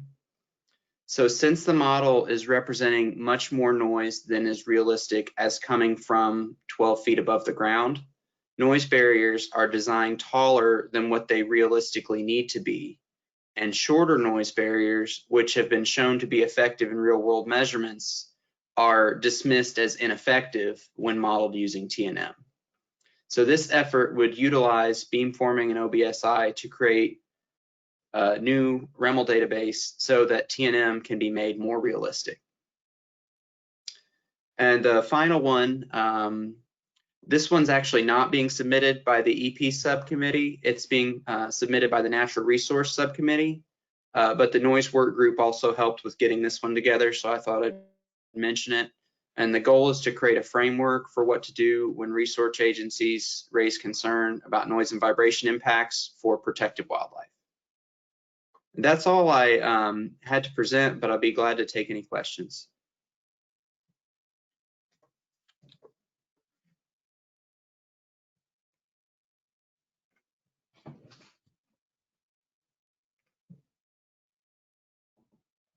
Melissa, do we have any questions come in? We don't have any questions on research, no. Okay. All right, well, thank you, Daniel. Appreciate all the hard work that you do for our subcommittee. So next up, we'll dive into our NEPA assignment working group, and we have a presentation. The first presentation will be from Manisha Patel, a vice president of WSP's Environmental Process and Policy team. She's assisted many states in applying for and obtaining NEPA assignment. So if you're a state that's kind of thinking about NEPA assignment, you definitely want to see this presentation. It will provide some great considerations on what to expect in the early phases of the process. And following her presentation, Carlos Swanke will be back with Texas DOT. He is the working group's lead, And he'll be providing a committee update as well as a perspective of the new CEQ regulations if you are an assignment state. So with that, I will pass it over to Manisha. Thank you, Carissa. Can you guys all hear me okay without an echo and such? Yeah, sounds good. Awesome. I am going to show my screen. Is it up? Yeah, put it in presentation mode so we can. Okay.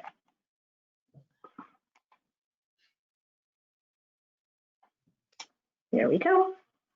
Perfect. Yeah, so thank you again, everyone, for your time here late on a Thursday afternoon, and especially to ASHTO for giving me this opportunity to talk about NEPA assignment. I am a self-professed NEPA nerd, and I relish every opportunity to talk about these things with a group of like-minded folks. So, and I I'm leaving it here on the cover screen for a second, just to underscore something about NEPA assignment. I'm turning a phrase on Spider-Man and the Avengers here, but the NEPA assignment truly, truly is, and I hope in the next 10 or 12 minutes I'll be able to convey this to you well. The best phrase I can think of to capture NEPA assignment in a nutshell is that with great responsibility comes great power. So getting NEPA assignment is, it's a lift. It's not super easy, but it's not impossible by any stretch of the imagination. And we're going to go through the specifics here in a few minutes. But once you have it, it really does provide, I think, states with kind of the ability to be truly the masters of their own domain as they engage in the NEPA review process. So let me just start with the basics. And I am going to try to keep this fast and lively, keep us going here this afternoon, and get to allow Carlos and James to both talk about the changes to the NEPA regs and how NEPA assignment states are in fact addressing those changes. So in a nutshell, the NEPA assignment program's official name is in fact the Surface Transportation Project Delivery Program. It is part of statute. It was first actually authorized as part of Safety Loop back in 2006 as a pilot program, and then made permanent in 2012 through MAP 21. And that particular statutory language also extended then the ability of states to apply for assignment, not just for highways, but also for their rail transit and or multimodal programs. And so in fact, the state of California was the first state to enter into NEPA assignment as a pilot program, but also as of last July, the first state to have NEPA assignment for rail. They are operating under NEPA assignment for the California High-Speed Rail Project. And in a nutshell, what NEPA assignment actually does, and I've distilled it down to, I think, kind of the three big bullets, is that it allows a state to basically assume the federal lead agency role under NEPA. Oopsie, did I just lose the, there we go. It allows the state to assume the federal lead agency role along with taking responsibility for the implementation of other associated environmental laws such as the Endangered Species Act, National Historic Preservation Act, and others. And in doing so, the state assumes all of the legal risk for making the environmental decisions. It's done through a waiver of sovereign immunity, and we'll dig into that in just a second here. What I will tell you is that proponents of NEPA assignment, myself included, will often tout the time and cost savings that are made available to states. But I want to underscore that those savings come from a more efficient review process rather than from shortcutting the legal process or legal requirements. NEPA assignment is not a way to supplement state law for NEPA. Highways actually, DOT piloted a program inviting states to apply for that ability to substitute their own state laws for NEPA, but that's not what this is. NEPA assignment means you are implementing NEPA. The state will, for all intents and purposes, for NEPA compliance, play the role of the federal lead agency. So I just want to underscore that, and it is not, certainly not an invitation to shortcut anything in the process. The current map right now does include, as you'll see here, the 8 states that have NEPA assignment in one form, shape, or another. As I noted, California has full highway assignment as well as rail. And then the other 6 states that are in dark green have full highway assignment. So that what that means is it's assignment for CEs, for categorical exclusions, as well as for environmental assessments and EISs. And Nebraska currently has assignment for CEs. They are in the process of applying for full NEPA assignment, and hopefully will have that application out the door in the early part of next year. And so what does the application process entail? And I, you know, in talking with Carissa, I tailored the presentation here very much towards speaking to folks, states who may be considering whether or not NEPA assignment is right for them. And so what I did here, this is the process in a nutshell on a single PowerPoint slide. And the process itself is captured in 23 CFR Part 773. And I broke it out into kind of the 3 major phases. So what is known as the pre-application phase in the regulations, essentially, it's kicked off with a coordination meeting with a US DOT. And actually, even before that, although it's not required by the regulations, federal highways actually recommends that a state start by sending off a letter of interest. And that is probably the right politic most appropriate thing to do. That letter from the state then is usually responded to in turn by a letter from federal highways, and that letter could go to the division office, you know, with a copy to headquarters, or go to headquarters and then it'll go, you know, get to the division office. The point being is the official first sort of kickoff will be that coordination meeting. It is a requirement in the regulations, and that's the meeting at which the state would sit down with highways and run through, you know, why they're interested in NEPA assignment, what they have. Highways will, and I'm focusing my discussion specifically on NEPA assignment for highways, having noted that NEPA assignment is available for rail, transit, and multimodal, but at this point, really, most states are interested in highways, and so I'll focus on that. But what I'm saying from a process standpoint and from the application requirements standpoint applies also to rail and transit. So it's an opportunity for highways to sit down with the state and really go over what the state's desires are, what the needs are, where the gaps are, and that is critical because that is what will sort of set the tone and help establish the timelines for how long this process takes. The state is also required to engage in its own public comment period, and prior to getting the application done, and I'm going to sort of sum up this entire slide here with a conclusory statement that says this is there's a little bit of flux. There's no hard set dates on these things once you start the application process or head down this road. So in addition to the state public comment period, one of the key requirements of NEPA assignment is that the state obtain a waiver of sovereign immunity. And what that means basically is that the state is agreeing to be sued in federal court, to subject itself to federal court jurisdiction, which under Amendment 10 and 11 of the US Constitution is not a given. And so the state has to subject itself to being sued for its decisions in federal court. And then also has to make a representation and establish that it has comparable state laws to the laws that it'll be taking on from the standpoint of freedom of information and things like that. The application itself, these again are the highlights and the bullets. They come straight from the regulations for those of you that want to go and take a look at those regs. the application requirements are in 773.109A. And essentially what you're going to do is define the projects you want to take and the laws that you want to be responsible for. You have to present in your application your existing state organization and procedures.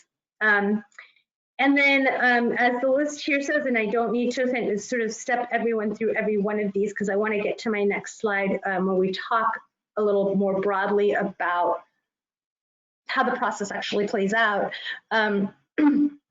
So what I'll note is that each of these things essentially in a single sentence can be summed up by saying, before highways lets you stand in their shoes, they're going to want to know that your state is able, has the wherewithal to do that. And so if you look at these requirements of the application, that is exactly what they track is, whether or not a state has the financial resources and commitment, the legal authority, and the ability to assume the responsibilities that it's asking for. Once the final application is submitted to Federal Highways, then Federal Highways will engage in its own federal public notice and comment process through the Federal Register. And simultaneously, sort of as this is all going on, or I should say concurrently, the state and highways will engage in negotiating a memorandum of understanding. And it is that memorandum of understanding that is actually the document that executes the roles and responsibilities. And so, and I know we're very lucky to have several of our NEPA assignment states on the call with us today, obviously Carlos and Jackie from Ohio. And so I welcome them to chime in here when we get to questions to share kind of any lessons learned kind of stories. But you will, if one were to do, which I have done, a survey and sort of take a look at across the MOUs that have been written for each state, there's definitely a standard template, and that's because the Department of Justice ultimately is involved in signing off on that memorandum for USDOT, for the federal agency. But there is also a lot of variation, and the point of NEPA assignment is that it really does allow a state to take on responsibility for those aspects of implementing NEPA that they're ready, willing, and able to do. And so as this slide is, I think, the one that really kind of, to my mind, captures the real DNA of NEPA assignment. So first and foremost, a state would identify in its application and through its process with highways, and that application process is an iterative one, I should say, that you'll be sharing drafts with highway, they'll be coming back to you. The more coordination you can have, the more frequency and specificity with which you have those discussions with highway prior to formally submitting an application, the better off you are. And so one of the things that NEPA assignment really does allow is for a state to say, yes, we would like NEPA assignment, but we do not want to take this particular EIS project that has been going on for 6 years, likely may go on for another 6. It's very complex. We don't want to step into that. We want to carve that one out.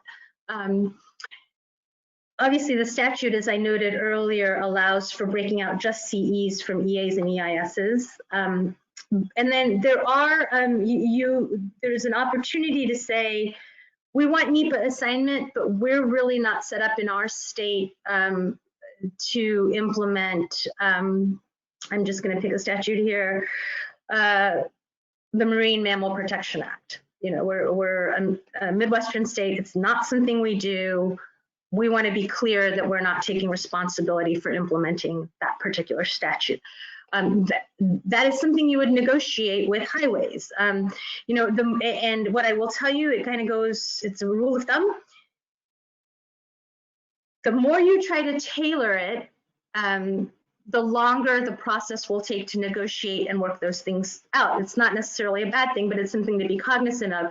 Whereas if you stick closer to the templates and the MOUs that have already been approved, it's something that Highways is familiar with, DOJ is familiar with, the process goes a lot smoother. Another key consideration in thinking about whether NEPA assignment is right for your state or not is to think about the relationships that you already have with the federal partners in your state.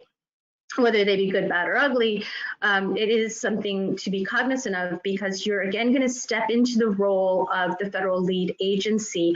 And I think across the 8 states, we've seen varying degrees of, and sometimes it comes down even within a state to different district offices as far as the resource agencies are involved, as to whether or not those agencies actually, once NEPA assignment has been executed and the state assumes the responsibilities, you still get the situation sometimes where resource agencies aren't willing to work directly with the state and they keep going to Highways. And those things ultimately do sort themselves out. I will say that the memoranda of understanding that are signed for full NEPA assignment, they last 5 years and then they're renewed.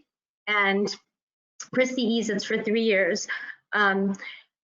The other reason and place where relationships matter is not just with the resource agencies, but internally to your state. You know, if your state is one in which political leadership is not on board with NEPA assignment, then maybe this isn't the time to go for it.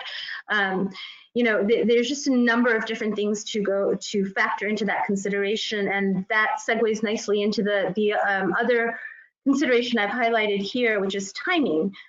When you think about getting a waiver of sovereign immunity, which again is a required element of the application, some states have legislatures who meet biannually every 2 years. And so if you're going to do that, thinking about the timing of when you start your application to when you would be able to complete that sovereign immunity waiver, if in fact it's usually a state legislature that has to take action to waive a state's sovereign immunity. Similarly, the budgeting process, in order to be able to demonstrate to Highways that you have the financial commitment and wherewithal to take on assignment. And this is again where the relationships come into play, because it's always very helpful to have a champion within your state DOT who's going to be able to navigate not only the state processes, but also the interactions with Highways leadership. And so those are some of the things to think about as you are thinking about whether or not assignment is right for you or is right for you right now. And what you'll notice here, for those of you that have been thinking about it, you've probably heard the words monitoring or audit, self-assessment. And yes, those are required elements of NEPA assignment. But I would very much opine that the audits or the self-assessment are not what you should be afraid of or what you should be thinking about in trying to make a decision on whether or not to pursue NEPA assignment. There are plenty of your colleagues in the other states who are always ready, willing, and able to help you navigate that process once you get to there. And Highways itself has been great about the assessment, how to do the self-assessments and how to do the audits. And so it is work, again, but that shouldn't be part of the calculus of, we don't want to do an audit, or we don't want to have to be audited, because the audit is about whether or not you're complying with the MOU. The harder part, the sort of scrutiny of whether your state program passes muster or not has already been done at that point, because that was done during the application process and in the negotiation of the MOU. And I am wrapping it up here. So what is the reward? The reward actually is consistency and predictability in the process. And I think for better or for worse, and having come from a background of having been at a federal agency for a long, long time, federal agencies can't always get to the reviews in a timely way, or they may have other things, and once you send it back to them, you sometimes engage in this process of we don't like it quite this way, bring us this, and then you bring that, and then leadership changes, and then all of a sudden you're back to square one. And not that that doesn't happen at the state level as well, but as I look around my workspace here, I mean, one's own mess is a lot easier to deal with than other people's messes. So that is, I think, one of the biggest boons of getting NEPA assignment is being able to say with a greater certainty how the process will work. And that folds very nicely into the second bullet here on working smarter. It's not just about being faster. There are many, many states, state DOTs are I am the first person to champion the notion that our states really are not just the incubators for democracy, but actually they are the incubators for innovation, and state DOTs are often the place, almost always the place where some of the smartest, brightest ideas on how to get things done well come to the fore. And so this is an opportunity to formalize that into the NEPA process. Because it's your state's process that you're using, again, you have to comply with NEPA, but you can use your own processes to do that once those get baked into the MOU through the application process. And so I think that's a great thing. And that feeds directly into the notion of state priorities. Having NEPA assignment allows the state to integrate its transportation planning into all other aspects of the state's management. If you think about, we've talked already, and it seems like that's all anybody talks about these days is our new normal. But as we come out of the impacts of COVID, without a doubt, rebuilding and building new infrastructure to address those things is going to be front and foremost. I mean, the transportation sector is going to gin a lot of the economic growth that's going to be necessary. And so having NEPA assignment is, I think, a great boon in allowing states to identify the projects and be able to, again, have the consistency and predictability on the environmental review process for those projects to really use state monies wisely. So with that, I will say thank you. I will turn it over to Carlos and then I think James. And Chris, I assume you will manage our questions for us. Is that right? Yeah, Melissa will ask any questions that come through in the chat box. Do we have any right now, Melissa? Yeah, we do have a question. So the question is, when coming up with the justification as cost savings, have NEPA assignment states included the cost of defending court challenges? And has it been long enough since assignment to actually conclude that it's worth the legal risk? Yeah, that's a great question.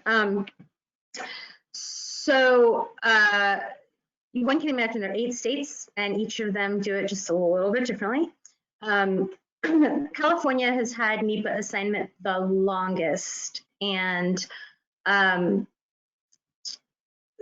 taken over having started as a pilot program in 2007.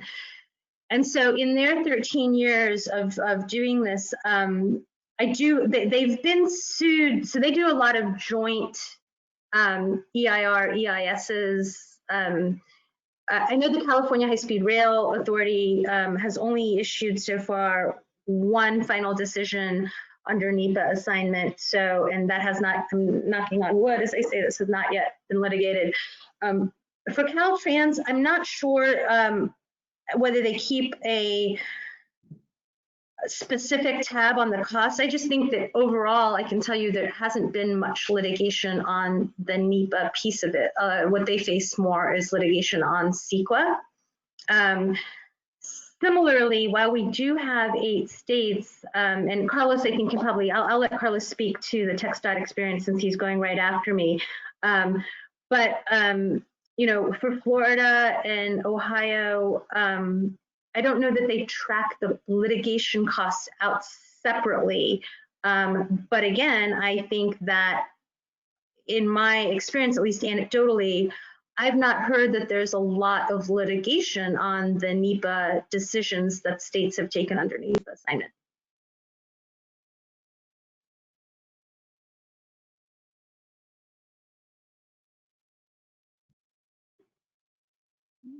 Oh, Carlos, you're still muted.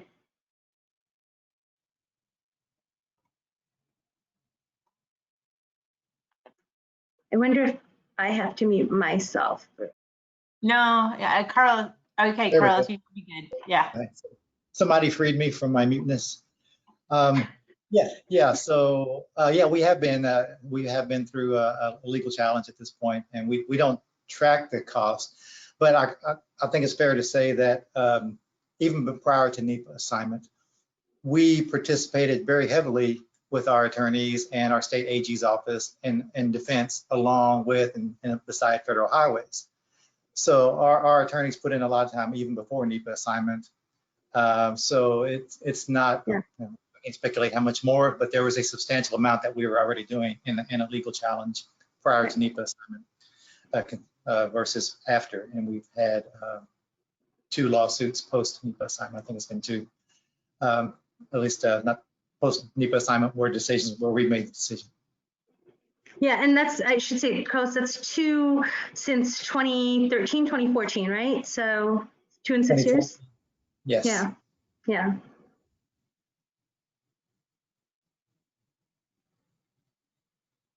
All right. Okay, well, Sorry. Well, I am always happy. Like I said, I really love answering and talking about this. So, I mean, I think if folks want to talk further about their specific states, I'm happy to chat. And if I don't have the answers, I certainly will help you find somebody who does.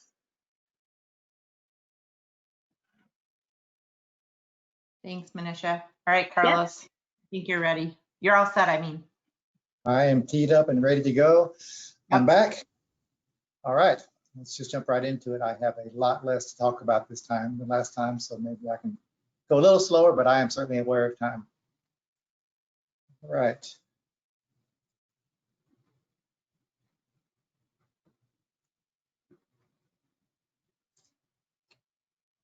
All right. Yeah, so sorry, you just need to go to display. Yep, you got it. there you go.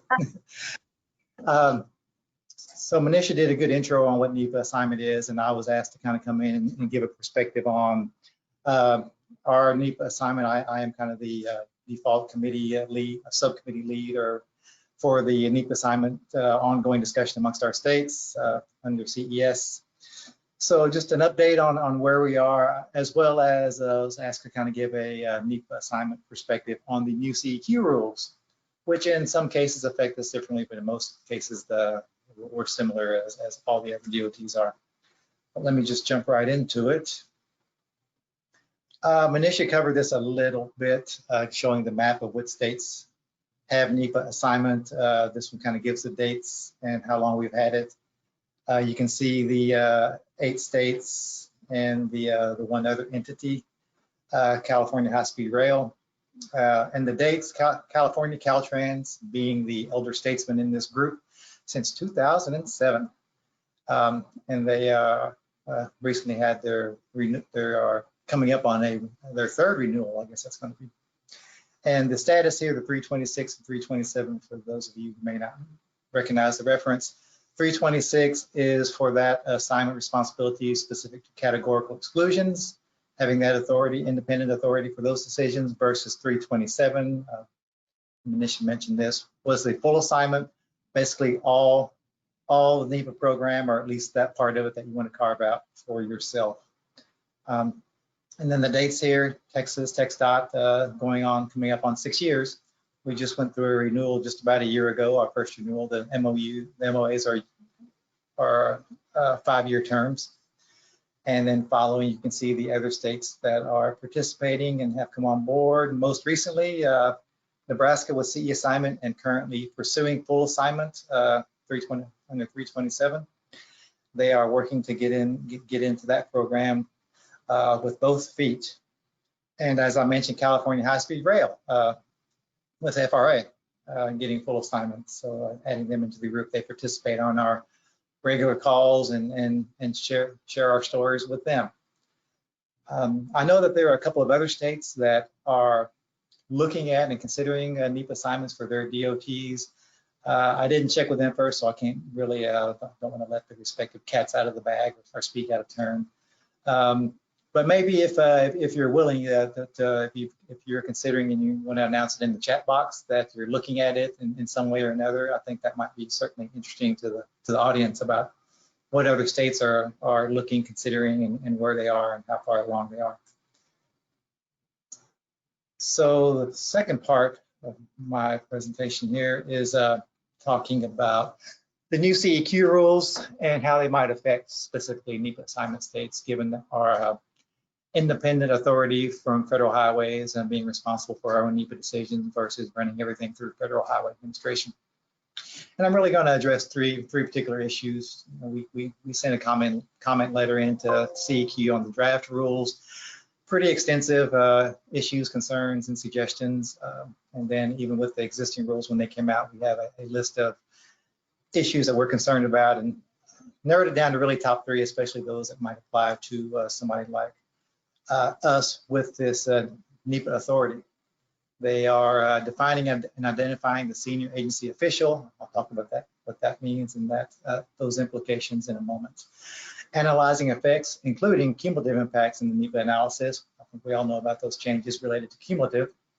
And then something that's really not just for a NEPA assignment state, but it's certainly a point of much discussion in our circles. Calculating the cost to prepare an EIS, that being a new requirement. Let's look at those individually real quickly. And I don't expect you to read all this. I violated my own standard of putting too much text in a slide here, but I don't want you to read it all. I just took excerpts from the rules, CEQ rules, where they talked about senior agency official, just to point out where that occurs. And so I kind of put it in context.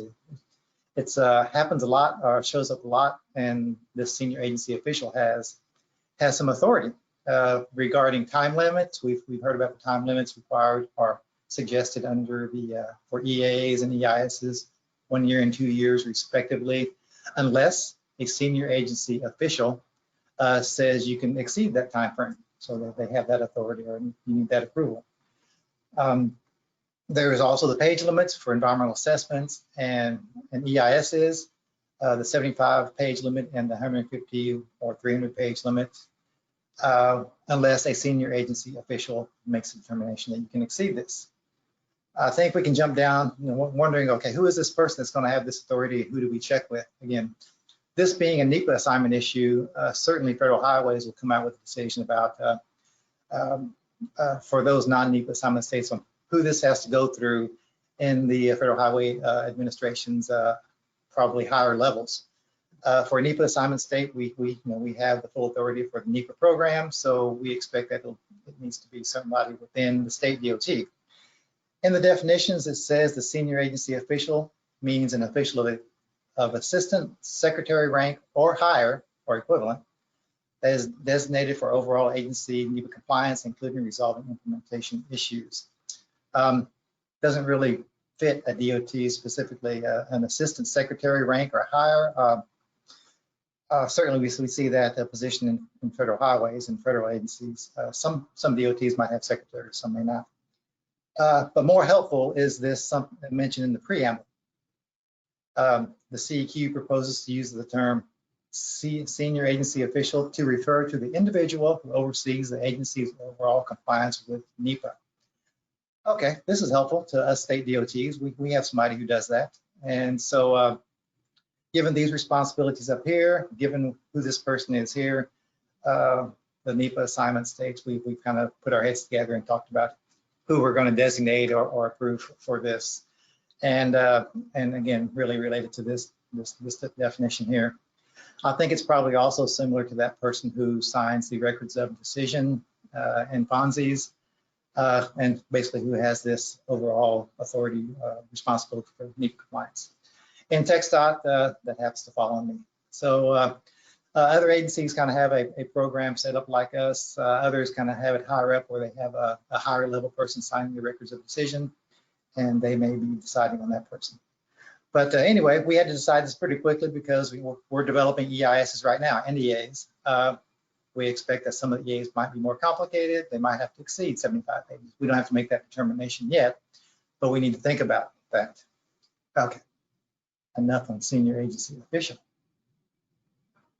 Another thing is, as we all know, that the term cumulative impacts has been taken out. The definition has been taken out of the CEQ rules, and the revision to the definition of effects has been revised.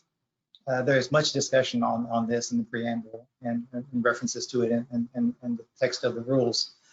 But basically, this changes or potentially changes the analysis that you're doing. I think that's what it comes down to, is that there is some different interpretation now versus what was in CEQ rules before. And I guess there is some discretion on how cumulative impacts can be analyzed and discussed in future documents from here on out. And so there is discretion here.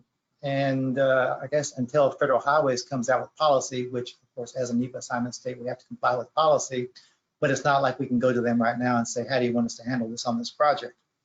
So we have to look at the analyses we're undertaking right now and decide how the new definition of effects is going to change or might change the analysis that we're undertaking for projects that are underway, or at least starting since the rules went into place.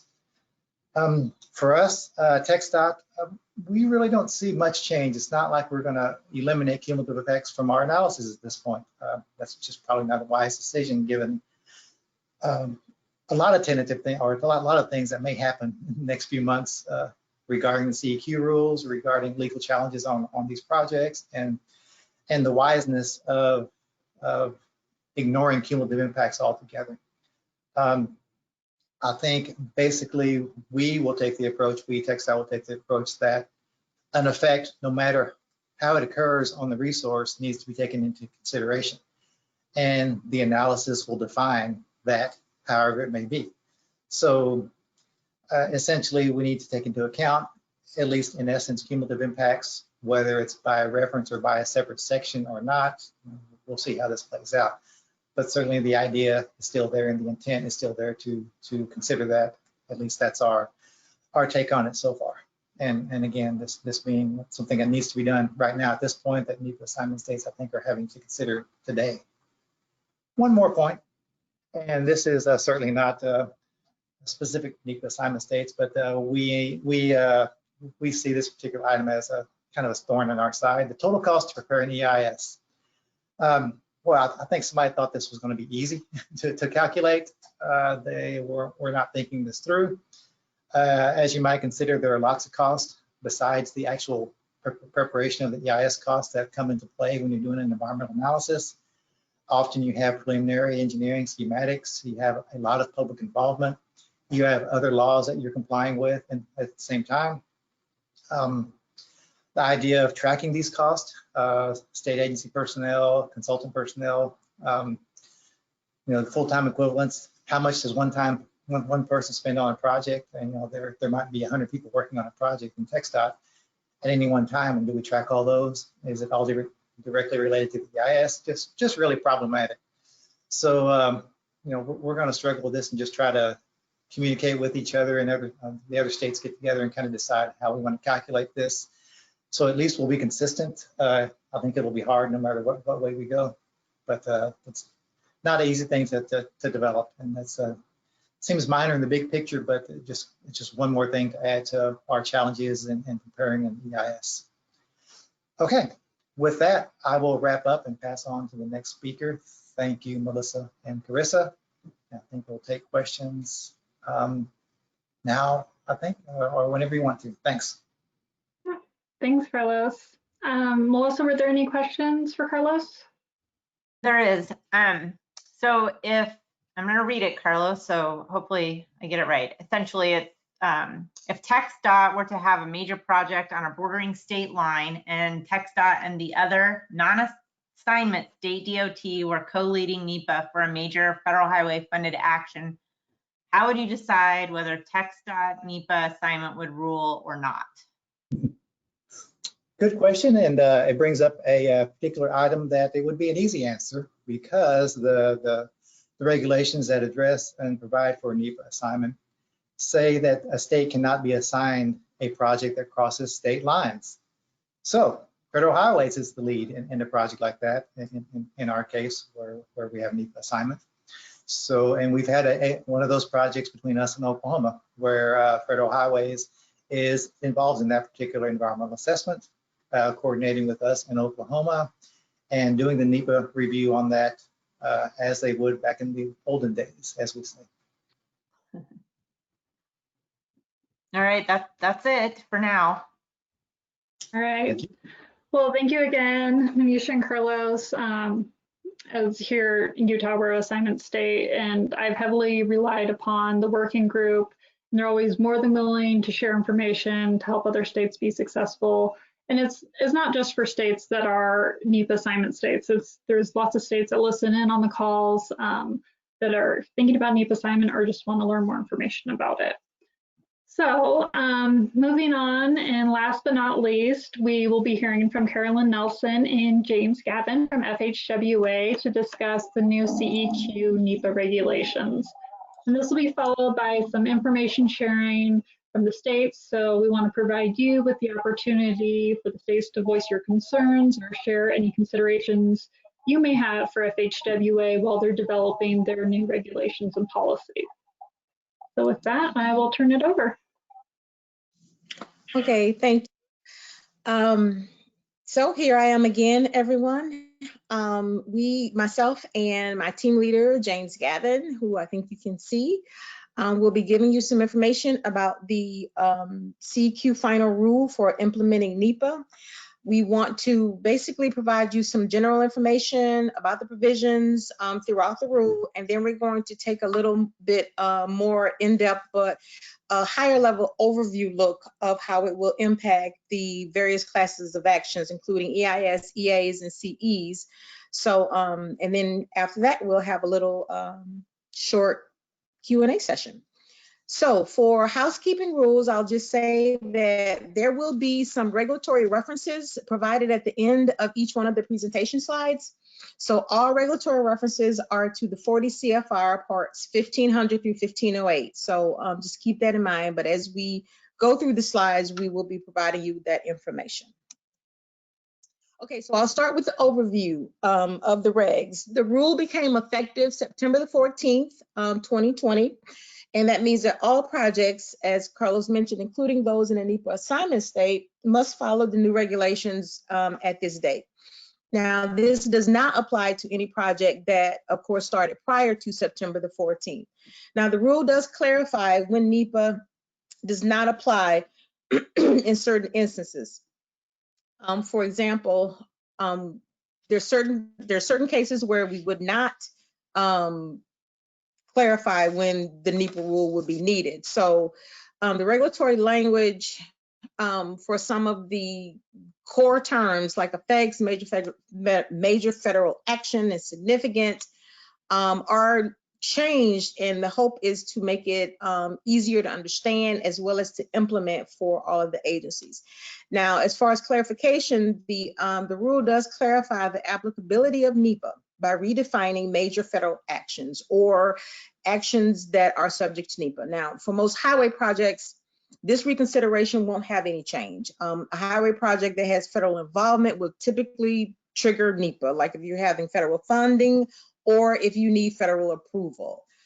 And our regulations currently recognize that 771-109, whereas it recognizes that actions where the administration exercises sufficient control of the condition of permit of the project or other approvals. So in that sense, we are good. Now, there are a few other things that we need to look at. For example, NEPA does not apply to actions with minimal federal funding or federal involvement where the agency does not exercise control of the outcome. For example, If you have a project to add tolling to a bridge where there are no federal funds or other approvals needed, this may be a situation where the project would not trigger NEPA. Now, one of the things that it does, it adds a designation and role for a senior agency official, again, as Carlos mentioned. The role and designation of the senior agency official is one of the, I would say, newly added items to the CEQ final rule. So this role is not totally new, though, for highway projects, I would say, given our OST guidance on the implementation of one federal decision for those states that have done the one federal decision projects or OFD projects. For now, the senior agency official from the federal perspective for non-NEPA assignment states would be the administrator, our administrator. We have 1 year to propose changes to 23 CFR Part 771. Now, CEQ has included a requirement that the agencies revise their NEPA implementation regulations within 1 year of their effective date. So basically by next September 2021. Currently, we are working, the FHWA is working jointly with FTA and FRA to identify some areas that may be in conflict between 771 and 1500 through 1508. Overall, though, our approach is to do a light touch because most of our regulations have been previously updated from Safety Lube, MAP 21, the FAST Act, so we're pretty current, so we want to keep it to a light touch as we look at proposed changes to the 23 CFR. I would say for now, for the most part, the 23 CFR Part 771 would be sufficient to address most of your concerns. And lastly, the rule does not affect the applicability of other environmental laws. So that is very important because it does not change any substantive environmental law that is currently in place. For example, we still have to implement our environmental review processes under 23 USC 139. And there's other statutes and laws that are in place, including the one for public hearings, which we've been talking about today, 23 USC 128, that is still in place. So it does not override our other environmental laws and things that we have in place. So you will see here that we have some quotes of where you can find some of this information in the rules. So please feel free to jot that down to just give you a better understanding as you read through some of this information in the overview. Okay, the next item is public involvement, of course, one of my favorites. I would say this is probably a good positive inclusion of the new rules. It basically modernizes our practice for public involvement, which is great. And the reason for that is because it really accommodates the use of our current public involvement outreach technology, including things such as publishing our NEPA documents and related information on the internet, accommodating virtual public involvement, VPI, which we've been talking about today, and really expanding the flexibility to implement avenues to be more inclusive to everyone, which of course provides a better outreach to the public. Some of the things that we do want to bring up and make you aware of is how they've codified some new things for public involvement. Now, some of the changes are the expectations for the public to comment in a timely manner or forfeit their issue. So this is basically based on court decision. And this is introduced in the new CEQ regs in a section called exhaustion, whereby the public is provided clear notice of the expectation that they will have to avail themselves of the use of the opportunities to comment on our process or otherwise forfeit their ability to raise legal claims on issues and concerns later in the process. So by that, start your public involvement process earlier.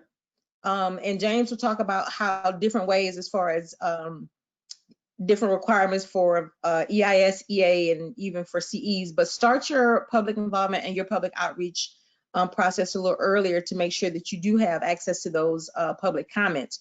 And then the use of electronic means to distribute your comments has been included and modernized by CEQ, which is great.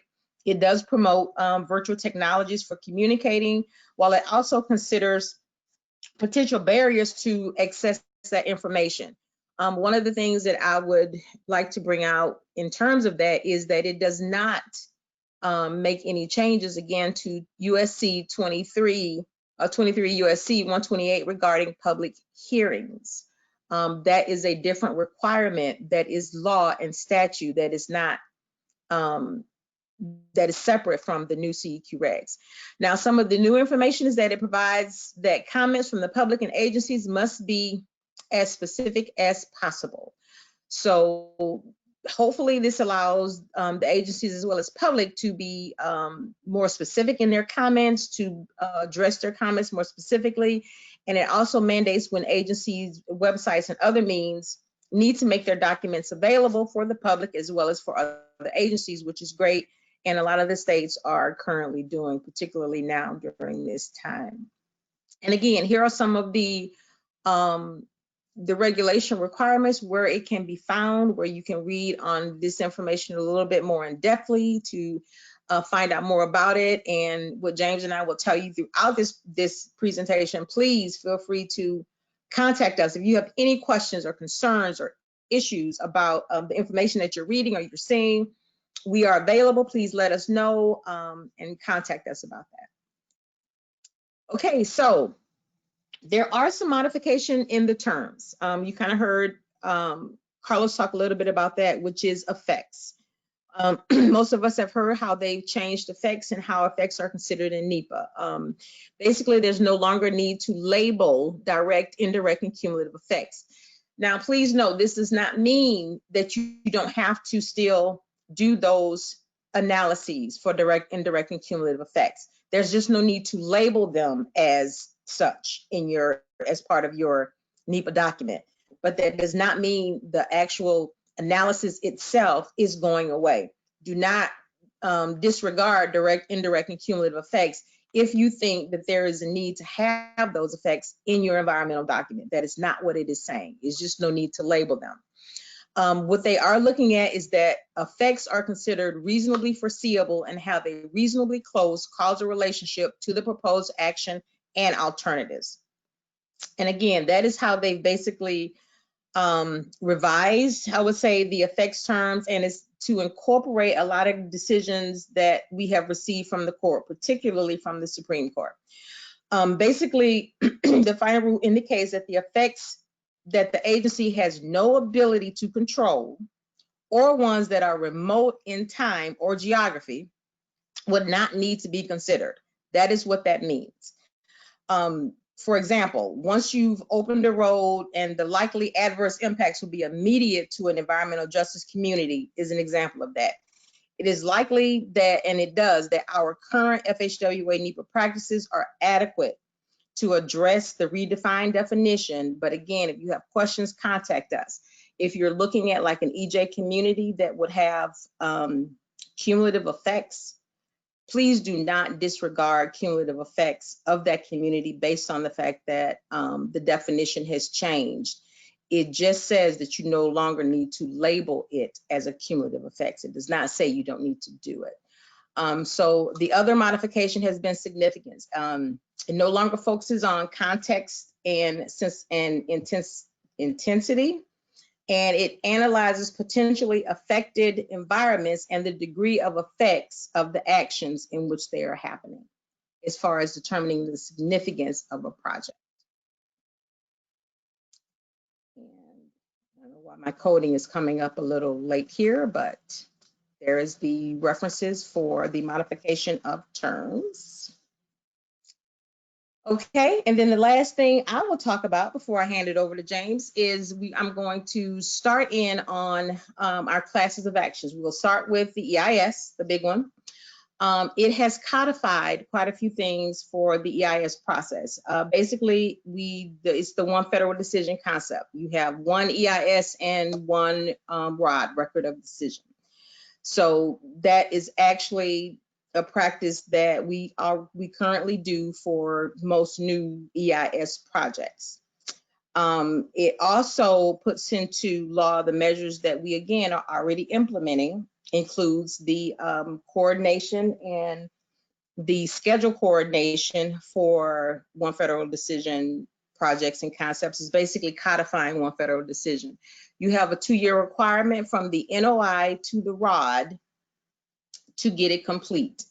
That was something for one federal decision that is now for all EIS projects. Now you have 1 year from your notice of intent to get to your record of decision.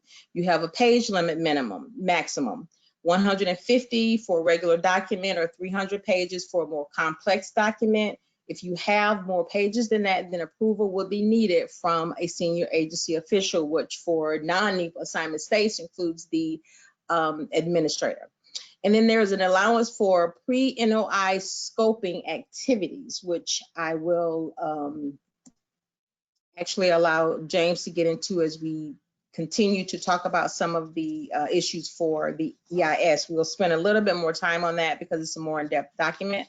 But as you can see, here are some of the references for how the EIS has been codified in the new regulation.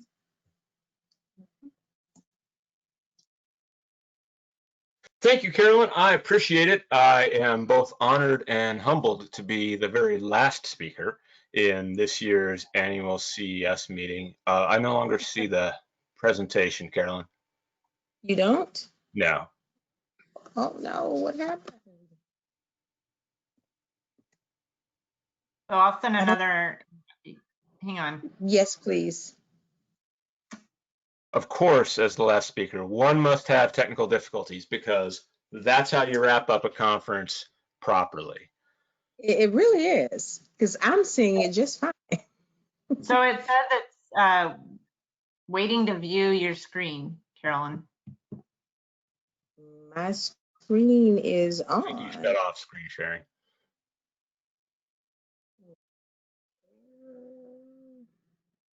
All right, I'll try this. Hang on. Okay. There we go. There we go. Okay. There you go. Thank you very much. So as I was saying, glad I'm the last speaker. I'm James Gavin. I'm the team lead for project and policy, or for program and policy development at the Office of Project Development and Environmental Review, Federal Highways Headquarters. I realize it's been a long conference, been a long day. Stick with me and we'll bring this sucker home. I won't take too terribly long. Getting into, Carolyn mentioned some of the things that were codified in the CQ regulations regarding EISs. I think it's also important to note there are some things that are new, that are brand new. One of them is an agreed upon schedule at the NOI stage. And I think the thing to note here is this really points out that scoping no longer begins at the NOI stage. CQ explicitly is suggesting scoping begins much earlier. You're going to need to do outreach to your cooperating and participating agencies well before an NOI to come to an agreement on what a schedule is going to look like for the EIS and have some degree of coordination and concurrence on that schedule. It also strengthens the role of the lead agency in determining purpose and need and alternatives. This is sort of an extension and a strengthening of those of you who remember the exchange of Mineta letters with, at the time, CQ Chair James Connaughton, probably about a decade ago, suggesting substantial deference to the lead agency on purpose and need. This is expanding that and strengthening the role of the lead agency in both determining purpose and need and the alternatives. So this isn't brand new, but more of a strengthening of something that already somewhat existed. It also suggests that the affected environment should include reasonably foreseeable trends and planned actions. So in other words, this is kind of suggesting that when you're looking at the affected environment, you need to look at what's been happening in the past and expected in the future, what is likely to be coming down the pike. This is somewhat related to cumulative impacts. I think it also has been generally interpreted by some people as to be CEQ's method of getting around the issue of climate change without actually explicitly mentioning climate change. I think that still remains to be seen, but it is possible that that's what this is getting at. One is supposed to include the economic benefit of the action in the effects analysis. This is new, and how to calculate that economic benefit in some cases might be difficult, but I think that you know, we will learn over time how to properly include that economic benefit. And something that's been touched upon and was touched upon by Carlos in his presentation, the preparation costs of the environmental document must be on the cover of the final environmental impact statement. And that those preparation costs are not just the costs incurred by the federal agencies, but also includes, where practicable, the cost that the state spent on the environmental document, as well as any consultants. So this is another complicated issue that I think, as Carlos mentioned, we're going to have to work through how properly to do that. You see the regulatory citations, and we'll move on to the next slide. There's been some talk about the NOI. The NOI requirements are much more robust than what we previously understand to be an NOI for an EIS. It includes a lot of information, purpose and need, description of proposed actions, alternatives. I won't read all of these things, but some of them are, you know, you can quickly see by reading through all the expectations of what goes into an NOI, that you start to come to the conclusion that you're going to see 20, 25, 30-page NOIs. I think we, Federal Highways, would really like to avoid that. I don't think we want to put out a novelization of a notice of intent. So I think that our discussions at this point, fortunately, we haven't had an NOI yet for an EIS under the new regulations, although I would expect that we will within probably before the end of the calendar year.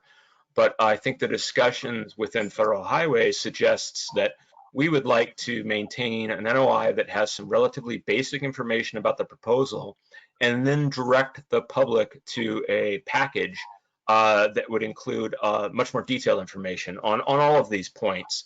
And that package may be on a project website or what have you, be obviously publicly available, but that wouldn't necessarily be published in the Federal Register itself, all of the detailed information. It would be available at the time of the NOI, available to the public, mentioned in the Federal Register, but that package would be outside of the Federal Register itself. Go on to the next slide, if you would. About EISs, and Carolyn mentioned this, some of the nice parts of the, or nicer for those of an environmental bent of the CEQ regulations are the public involvement pieces, and the expectation that one is supposed to solicit public and state tribal agency comments on alternatives, information, and analyses relevant to the proposed action. That request must be made at the NOI stage. This is yet another part of the NOI that wasn't there previously. This does lead to a section, a brand new section that we wouldn't have typically seen in the past in both the draft EIS and the final EIS, and this is a requirement, with a summary of that information of what comments were received from the public and state and tribal agencies on those issues. All comments received or a summary of those comments must be in an appendix. So this is a further sort of extra step in public involvement, and FHWA must certify at the ROD stage that these comments were considered. So there's a certification involved, which is, again, something brand new and a little bit unusual, but the expectation is we're asking for comments very early at the NOI stage on a lot of issues. Those comments must be carried through in the documentation, and at some point we must make it clear that we considered those comments through the environmental review. Moving on, next slide to EAs. EAs, much like with EISs, there are parts of the CEQ regulations that both codify things that are already in existence and things that are brand new.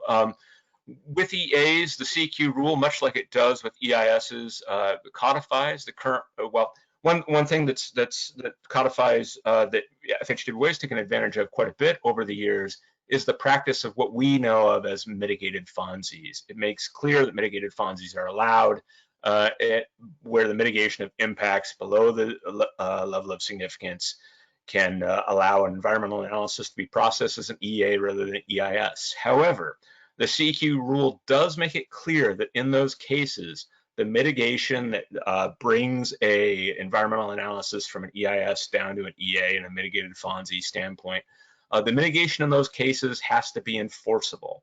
So one way to do this is to include the mitigation in the conditions of a project agreement, make sure it's in the contracts, things along those lines, but it must be enforceable mitigation. It also codifies the practice, which FHWA, once again, hasn't taken advantage of as much as some other agencies, although we have a little bit. It's more frequently been other agencies taking advantage of our own documents, but it codifies the practice of adoption of another agency's EA. Where federal highways might have taken advantage of this in the past is where, for example, National Park Service prepares an EA for a road project on parkland.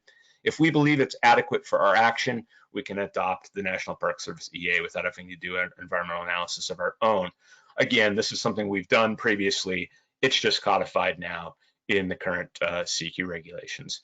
Things that are new, much like it was for EISs, the regulation extends the concept of one federal decision, or OFD. This time now it's environmental assessments. In other words, there's an expectation now that multiple agencies with actions concerning a project should develop a single EA, where an EA is the appropriate class of action, and should a FONSI be appropriate for the action, reach a single FONSI that accommodates the NEPA requirements of all of the agencies involved. Not dissimilar at all to the OFD concept for EISs. This is now just for EAs as well. The regulation also allows for cooperating agency designations for complex EAs. That's not quite as new as it would be for other agencies as it is for FHWA, because cooperating agency designations for EAs that follow the 23 USC 139 process is already allowed and has been since 139 was modified to include that. So we already have had the ability to make cooperating agency designations on EAs where it's appropriate. There is now much like for EISs, there's now a time clock involved. 1 year from an agency's decision to prepare an EA. This is difficult. We've had some talk about senior agency official before, so I won't talk too much about that. A different schedule does require senior agency official approval. The 1 year requirement, where the trick is here, is what starts the clock on an EA.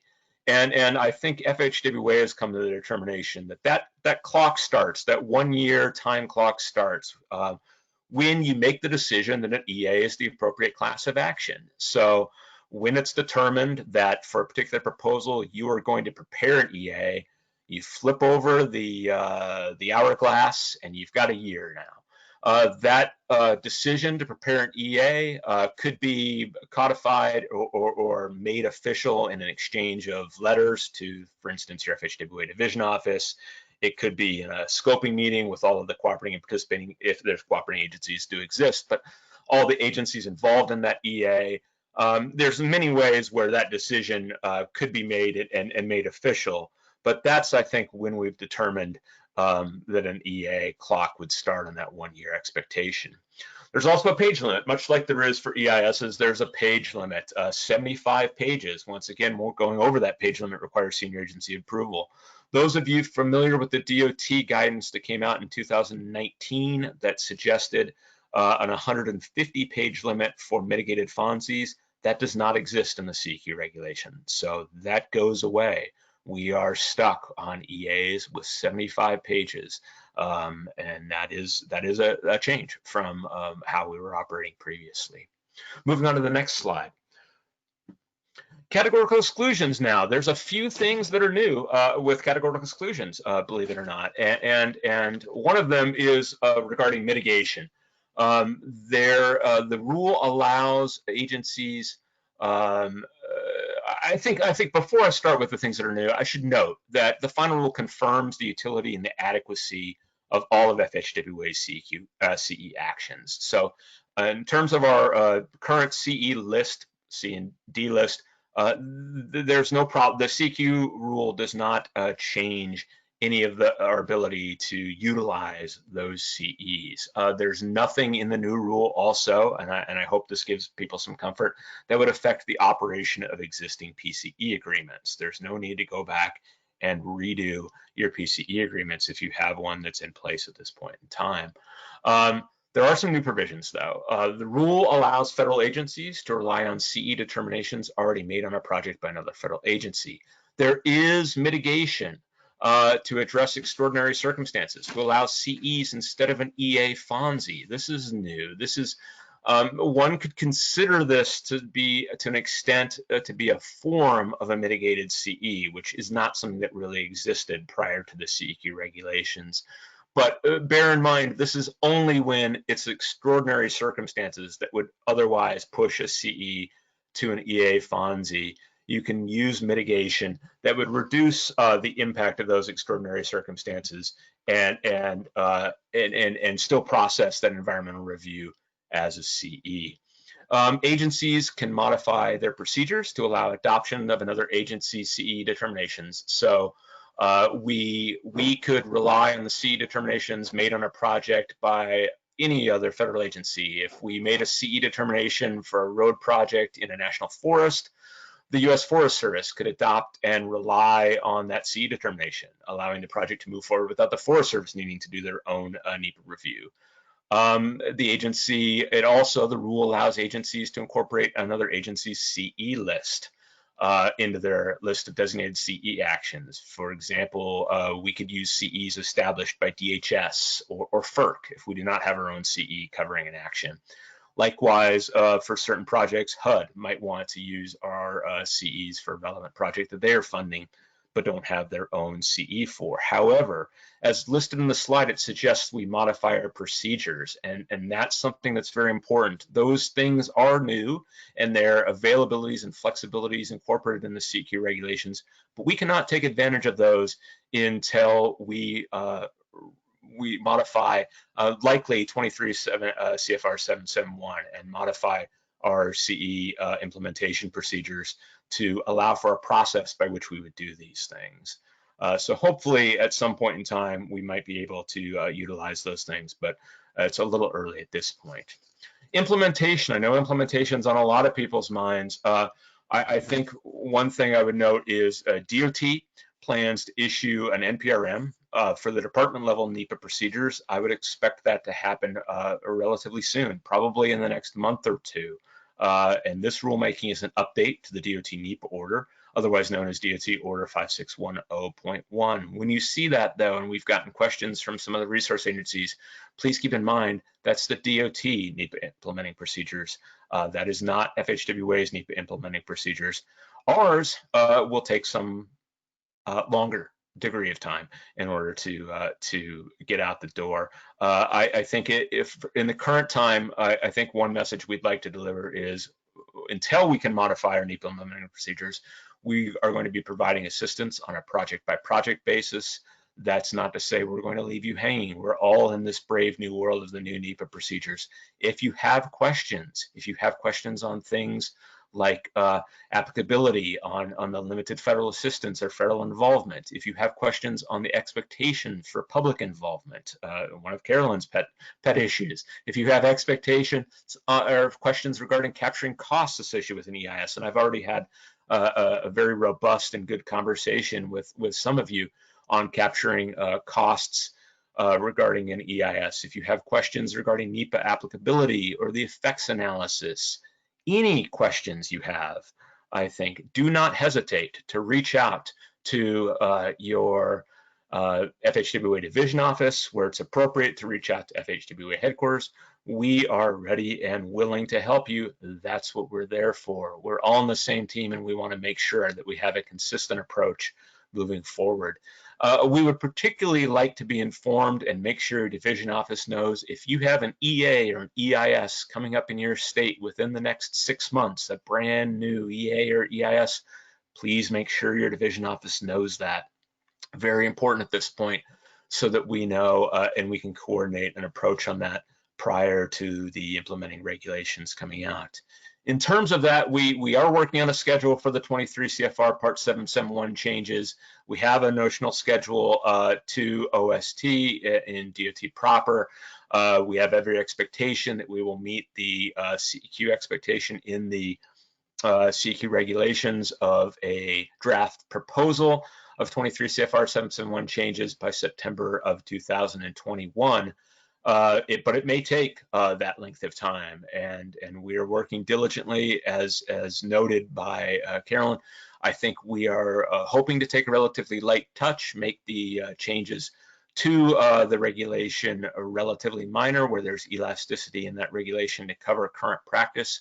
We will attempt to utilize that so that we are upending our current practice as little as possible, and make sure that we cover the expectations that CEQ has, but also make sure that the good work that we have done in the past and the way we go about our business, to the extent that that is sufficient to capture CEQ regulations, that we leave that alone. In addition, we also have to review internal policies, guidance, and training. So it just doesn't stop at the CEQ implementing regulations. We have a lot of policies and guidance out there that may need to be modified, that may need to be rescinded. We may need new policies and guidance. We're aware of all that. We're trying to make an inventory of all of those things we might need to change.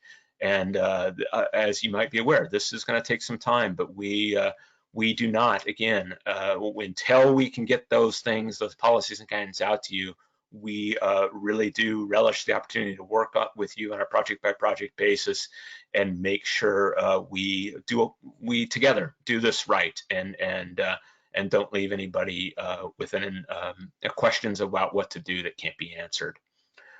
Moving on to the next slide. That is it. Are there any questions? I can't imagine. This all seems cut and dried, right? Yeah, you actually have a ton of questions, James and Carolyn, and I find that hard to believe. Yeah. So I want to defer to Carissa here.